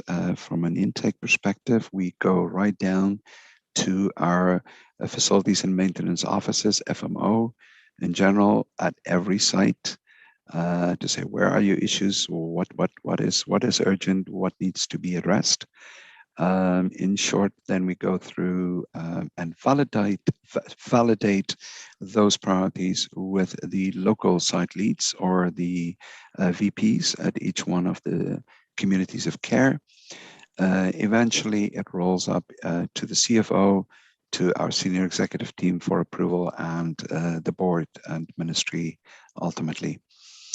Although we are aiming for board approval in March, we are realistic in our expectation that we will not be able to get a funding letter probably before April or May of next year. So the likelihood is quite high that we will only be able to really approach you likely by late spring or early summer for any additional cost share requests. Next slide, please. And I think I'm not going to spend too much time on this. When we're looking at the prioritization, these are the typical items that we are considering. It's the age, the likelihood of severity or risk of failure, the risk to a patient. When we're looking at some of the larger sites, excuse me, like a Lions Gate, you also have to consider other work that is underway on the at the campus, so as to not be disruptive to the clinical services delivery at the site. But these are essentially the type of priority considerations that we go through. And we can probably just go on to the next slide, please. Thank you very much. And I'll stop at this one. The process for clinical equipment is slightly different but similar. So is our IMITS process. It is different stakeholders involved, but at the end of the day, the prioritized projects that we present to the board go through quite a vigorous process of validation at the site level, then at the senior executive level, our CFO, CEO, and eventually to the board. So I think I will stop right there because the rest of it is a little bit repetitive and there's no sense in going further. But thank you very much. And I'm willing to address any questions that you may have. Okay, thank you. Questions? Director Elliott, go ahead. Thank you for the presentation. I'm curious why, where we have foundation funding identified and doctor funding for CT scanners in Squamish and Whistler, why those aren't appearing on this plan at this time? So, Ms. Elliott, it really is a question that should probably be addressed to Sean Parr. Because between him and medical imaging, they are presenting us with the priorities. I think it could be more of a question around operationally how that can be supported.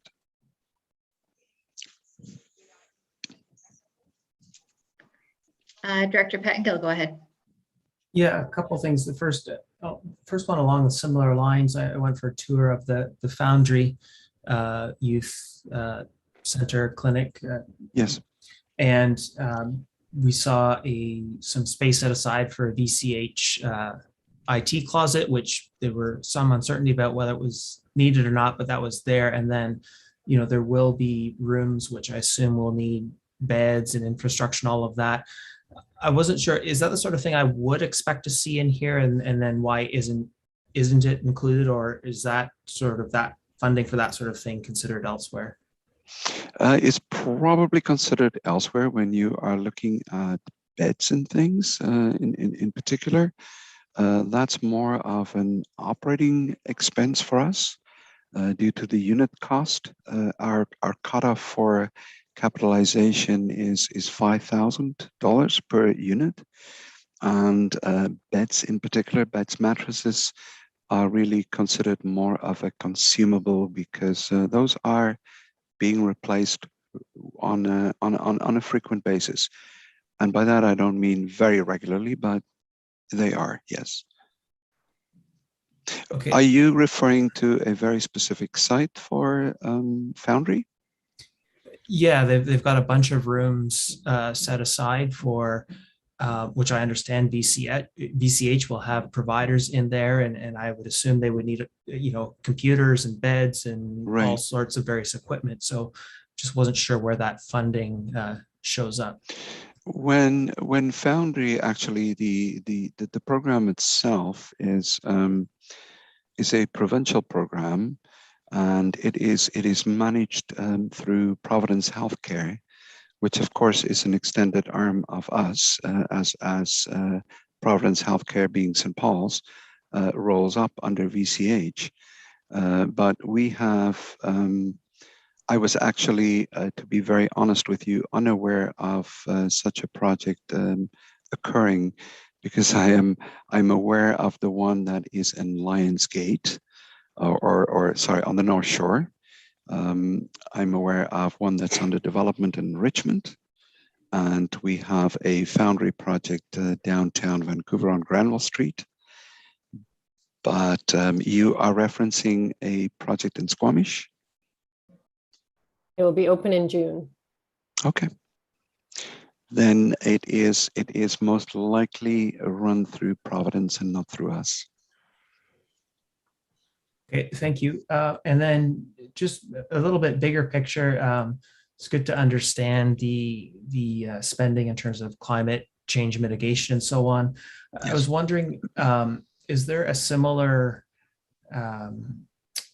spending bucket, for lack of a better term, in terms of reconciliation and spaces that are accommodate Indigenous people and some of the discussions we're hearing a lot about, or is that something that the board will be considering in the future? Or it is definitely, it's a huge topic of conversation. I think when you are looking purely at capital, you kind of have to more look at the larger projects that actually enable that engagement and initiatives as such. And here I'm thinking about something like the Lionsgate Hospital Redevelopment Project or the new St. Paul's. But when we are just looking at our kind of like bread and butter type of upgrades that we are doing, which is the 60 million roughly that we are referring to, there is not a very specific allocation within those projects, because they are merely looking at simple replacement of existing equipment to keep the lights on, so to speak. okay, yeah, and I was just sort of wondering if specific facility design, like the whole facility needs to be designed a certain way to be accommodating. I was just wondering if that sort of that is a consideration, and I think when you are, I don't know if you're familiar with Seashell Hospital, the expansion project that occurred there, or whether you have seen it. It is absolutely a beautiful facility, and it's been operational, I believe, since around 2011. There was a massive allocation, not a massive, a huge allocation and a huge focus. And like right from the minute that you approach the building, it's so visible. We have these gorgeous totem poles that stand in front of the emergency entrance, and there is some amazing artwork. And I think even on the outside, there was very much a consideration a very multicultural approach towards the design of that facility. But it sits within the large projects. That's where you will see those allocations, and I can assure you that that's happening. The engagement is happening and the participation is happening. Typically, when we stood up a large project like that, we have an operating budget that facilitates the project. And within that, there's even a substantial allocation for that engagement within that piece, which is called typically our startup budget. Okay, thank you. Thank you, sir. Okay. Question from Director Rainbow. I want to go back to my previous comment. I was looking for references to the Sea to Sky. And yes, you pointed out a few, and there's a little bit of upgrade here and some new pipes there and things like that. Yes. What worries me, and what has worried me ever since I've been in this position and listened to presentations from various people from VCH, is I don't think you take this corridor as seriously as you should. You know, this is not just the Squamish Hospital and the Whistler Clinic. They're not just little things on the exterior, or we can just deal with them. We should be looking, or you should be looking at this corridor as a growing area. You know, our board have just considered an application for 1,000 new units at Britannia. We just gave first reading to 1,000 new units at Furry Creek. Squamish is growing. The whole region is growing. And I don't see anybody from VCH looking forward and saying, what do we need in 10 years' time? Because there's no point in thinking about it in 10 years' time. We should be thinking about it now. And I think we should be planning to expand the hospital, develop the hospital. If we're going to have one, then in Squamish as a regional hospital, so that it can really take care of the people in this corridor. We shouldn't have to be driving into Lions Gate for everything that goes beyond a minor thing that we can take care of. We have no CT scanner at Squamish. Why not? There should be one there. So I just don't see us being taken seriously. Mr. Rainbow, with all due respect, I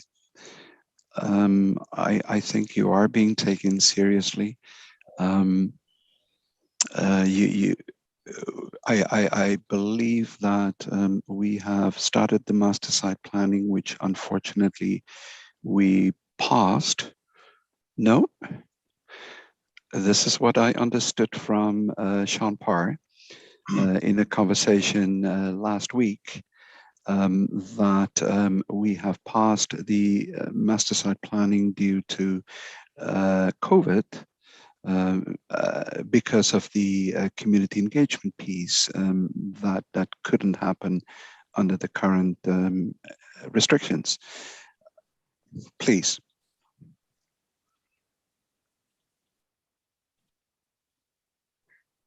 So I've had multiple conversations with Mr. Parr on this topic, and it was underway, and then the pandemic struck. So yes, there was a decision to pause that. Then in the spring, last winter, we were to get underway again.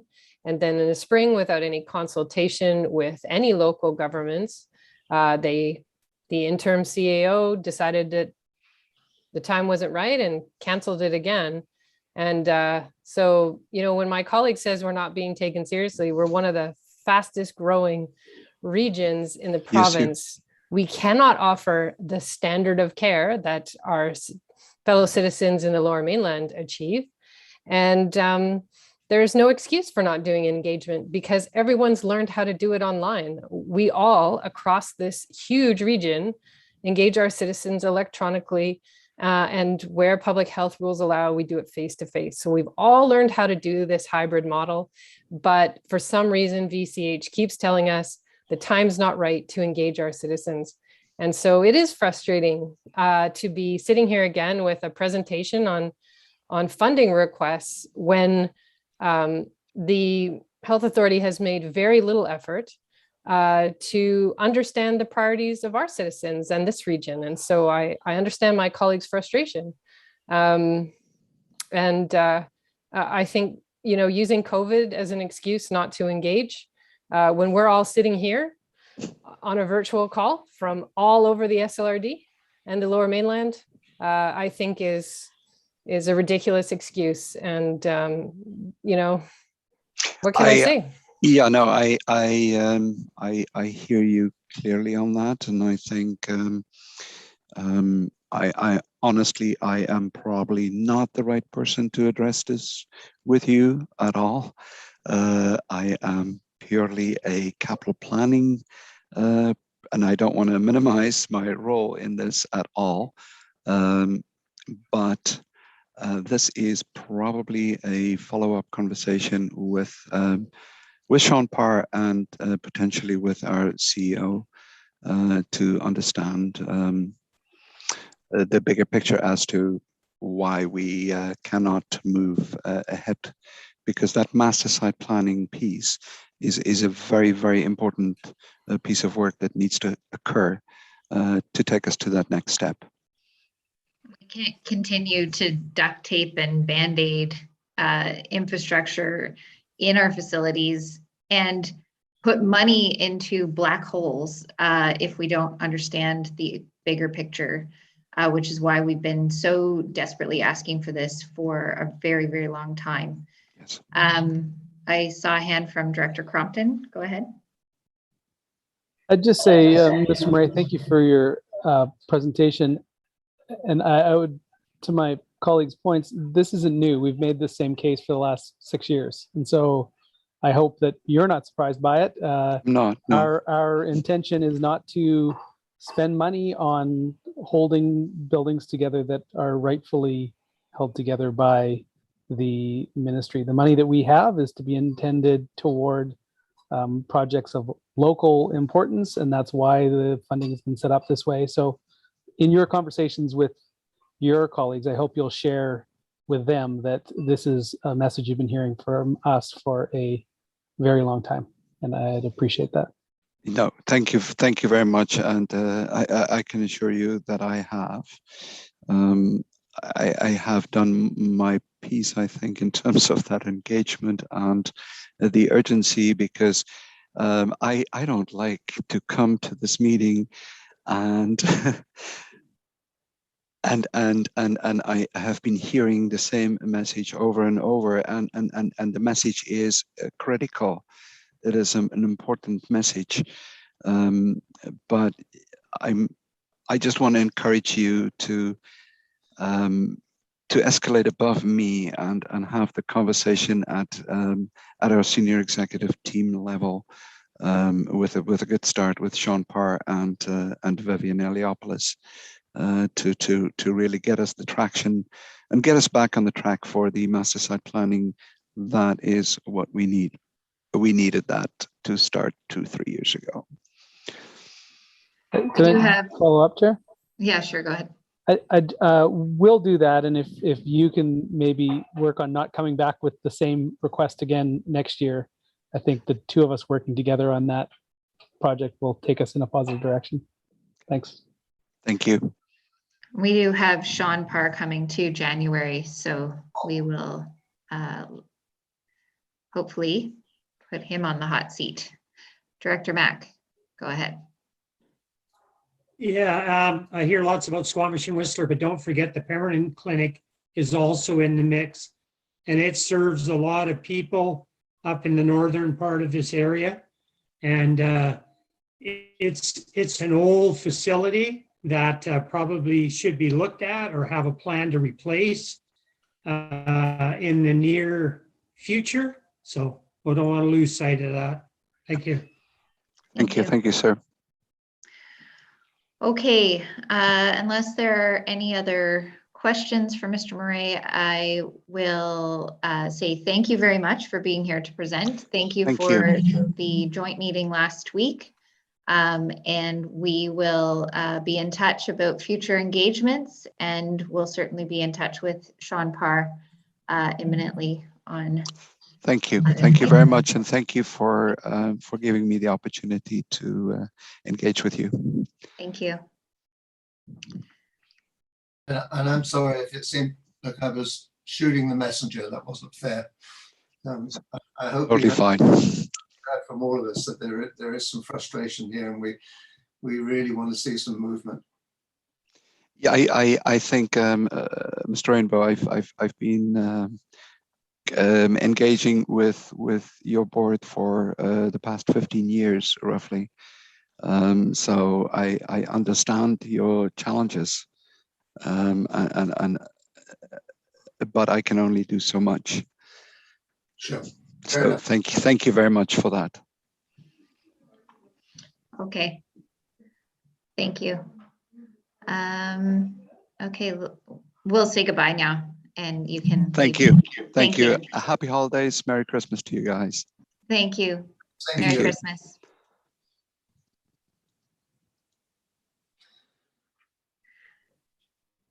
Go ahead, Director Elliott. I would like to move that we send a letter to the CEO of Vancouver Coastal Health with CC to Sean Parr, explaining the urgent nature to commence master planning. So if there's someone like to second that. Seconded by Director Rainbow. Speaking to the motion. I just, we've been speaking with Mr. Parr about this. Director Ford and I have followed up many, many times. And so I think it's time to bring it to the CEO's attention that there's really no reason. At one point they had consultants hired. They went through the RFP process. They have people they could work with. And if this idea that we can't properly engage because of COVID, well, we could be in this boat for, I don't know. I don't even want to speculate. So I think it's time for us to get a clear answer so that Mr. Parr can come to us in January with a better explanation about why this isn't underway at this point for the whole corridor, including Pemberton. Yep, absolutely. Okay, any other comments? Seeing none, I'll call the question. Oh, go ahead, Jack. Sorry, I couldn't get my camera off. I was waving at a camera that was not projecting. Anyway, we get this report every year. I would say actually a question for our CAO. Do we get a copy of the proposal before people present? Like, do we know what they're presenting to us? Through the chair, Chair Ford and I were invited to a meeting which occurred on Friday last week, which addressed substantially the same information that was presented today. Which was exactly the same date as our agendas went out. So there really was not much advance notice. And we have at a staff level requested information that would give us like a 5-year planning process information, enabling us to better understand the direction that they are moving in so that we could be planning our budgets and tax implications for everyone in the Sea to Sky Hospital District region. But we have so far not been successful in obtaining that level of detail specific to our hospital district. Thank you very much.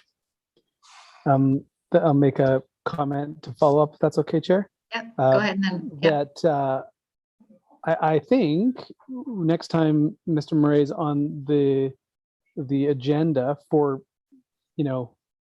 his sake and ours, we should see what they're proposing, and if it continues to go down this path, we should just thank him for his offer to present and ask for him to come back with something that actually addresses the feedback that we provide. I don't think we can continue to provide feedback to the same presentation over and over and over again, get the same presentation back, and then sort of play the game. So in a lot of ways, I'd just like to say, thank you, Mr. Murray. If you're going to come back, please come with something that is more substantive. Yeah. Agreed. Director Pattengill, go ahead. Yeah, just pardon my ignorance as an alternate.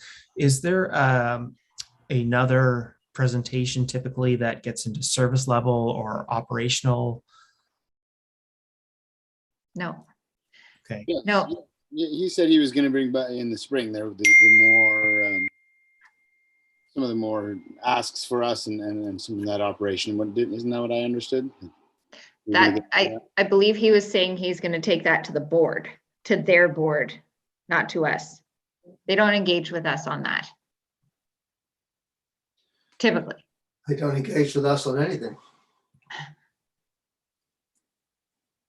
You know, our capital planning cycle, we have done this. It doesn't include us. Yeah. Because for what it's worth, just the question I hear about from people is, why can't I get a doctor? And it's before you even get to the infrastructure, within existing infrastructure, the service levels in theory. So just leave that out there. Well, Vancouver Coastal Health doesn't manage private practice or GPs. GPs are managed by the Sea to Sky divisions of family practice, and they get their funding from the ministry, but it's a huge gap in service and recognition of that service. Karen? I was just gonna, through the chair, say to my colleague that when Mr. Parr is here in January, he can speak to some of those operational issues, although Chair Ford's right, it's the family doctors are managed through the division. But he can speak to the overall operational picture within the Sea to Sky. Yeah. Okay, so on the motion regarding writing the letter to the CEO and CCing to Sean Parr and requesting more urgency and more engagement at that January meeting, I will call the question. Is there anyone opposed? Motion carries. Thank you. Okay, we're moving along to consent agenda number 4 regarding minutes of May 26th and a letter, response letter from the Ministry of Health regarding our request for amendments to the Hospital District Act. Can I have someone move receipt of the consent agenda? Moved by Director Mack, seconded by Director Pettengill. Any comments? Is there anyone opposed? Motion carries. Any business arising from the minutes? Seeing none. I believe we're going to Director LaFrance to speak to 6.1, which is our provisional budget bylaw. Good afternoon. It's Suzanne LaFrance, Director of Finance. Sorry about that. And the provisional budget bylaw in front of you is just a legislative requirement of the Hospital District Act. In order to continue expenditures into 2022, we're required to approve a bylaw for a provisional bylaw for before the end of the year. So this budget includes all of the resolutions to date. And the 2021 forecast currently shows a deficit of $3,285, and that's due to the interest revenue reduction for 2021 versus budget. And this was not transferred into the 2022 year. It was offset with the contingency amount that we recovered through requisition in 2021. So that contingency was $121,614 budget. So $118,328 was transferred into reserve. So the 2022 year will start with a zero surplus deficit. So the 2022 budget doesn't include any additional projects not approved by the board. So not including those two potential 2022 BCH share requests. And it doesn't include the CT at the Squamish General Hospital that was touched on in April 2021 board meeting and was to be discussed in the 2022 budgeting process. The unallocated revenue with the current requisition rate, which is a 10% increase over previous as per the board's request. The leads to 774,612 unallocated for future capital needs. And, you know, the final budget, which has to be approved by March 31st, 2022, can have completely different numbers. This is just for continuing on from January to March, or whenever that final budget is approved.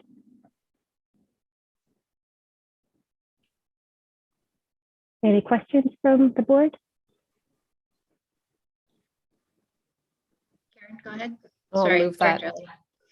I'll move that if there's no questions. Moved, seconded by Director Crompton. Director Clark. Thanks, Chair. So separate motions. So this is just for the first three readings, please. Okay. So I will call the question. Is there anyone opposed? Motion carries. And now a separate motion for adoption. Moved by Director Rainbow, seconded by Director Elliott. Call the question. Is there anyone opposed? Motion carries. Thank you, Director LaFrance. And okay, we're moving on to 7.1 CAO verbal update. Thank you, Chair. Nothing to report. Okay. 7.2 regarding the meeting calendar of January, February, March, April, May, June, July, September, and December. Could I have someone move that? Moved by Director Mack, seconded by Director Crompton. Anyone opposed? Motion carries. We're on 7.3, the annual financial statement audit services contract award. And don't we normally do this in another meeting? I guess we can do it now. It's on here. Move it. Moved by Director Richmond. So this is that we accept the financial audited services proposed submitted by BDO, that they be appointed as the auditor for year-end financial services for the Sea to Sky Regional Hospital District for 2021 to 2025 inclusive, and that the chair and CAO be authorized to execute any documentation with BDO for audited services for this period. Moved by Director Richmond, seconded by Director Crompton. Any comments? Anyone opposed? Motion carries. Have I missed anything? Nope. 8.1 Chair's verbal report. It has been, I was looking back, it's interesting that we haven't had a meeting since May, because I feel like I've been meeting with Vancouver Coastal for bi-weekly since forever. But we did have our joint meeting, which included Seashell Regional Hospital District, Powell River Hospital District, and Sunshine Coast. And they showed us that very report with where all the funding is going. And many of us raised a lot of the same concerns that you have all raised, that our communities are not included in the big ticket items, and therefore it's frustrating because we feel that there's a lot of emphasis put on going to St. Paul's or Lionsgate, and that doesn't serve the needs of our community. I think we all agree on that. So it is frustrating, but I am grateful that we've had more regular contact with Sean Parr, so I do have the ability to get his attention more frequently than we did in years past. So there's one benefit of COVID, is that we've had a stronger, more open relationship with Vancouver Coastal than we might have otherwise. With that, could I have someone go ahead, Director Rainbow, question? I just wanted to comment, when we had James Cranston came and made a presentation to us about getting a CT scan for Squamish, with all the reasons that that was a good idea. And just subsequent to that, I was talking to one of my neighbors who has just retired from Lionsgate, and he was in charge of the whole emergency department there. And he still works down there on a contract sort of basis. And I asked him, I said, what would be the response from the staff at Lionsgate if you heard that we were wanted to put a CT scan in Squamish? He said, we would be right behind it. He said that would be supported 100% by the physicians within the hospital. So I just thought I'd mention that, because at some point it might be in our interests to work a little more closely with the family doctors and the certain people in the hospitals to try to put some pressure on VCH to just up their game in terms of providing service in this area. We wouldn't be competing with Lionsgate. We'd be complementing their service, and they would welcome it. So I just thought I'd like to share that with you. Thank you. I appreciate that. Any other? Sorry if I was rude to that man, but I'm very frustrated with this whole process. Thank you for those comments. Could I have someone move receipt of the chair's verbal update? Moved by Director Rainbow, seconded by Director Pettengill. Anyone opposed? Motion carries. Any late business? No. Any notice of motion? Seeing none. I have someone move adjournment of this meeting. Moved by Director Rainbow, seconded by Director Elliott. Anyone opposed? Motion carries. Thank you all.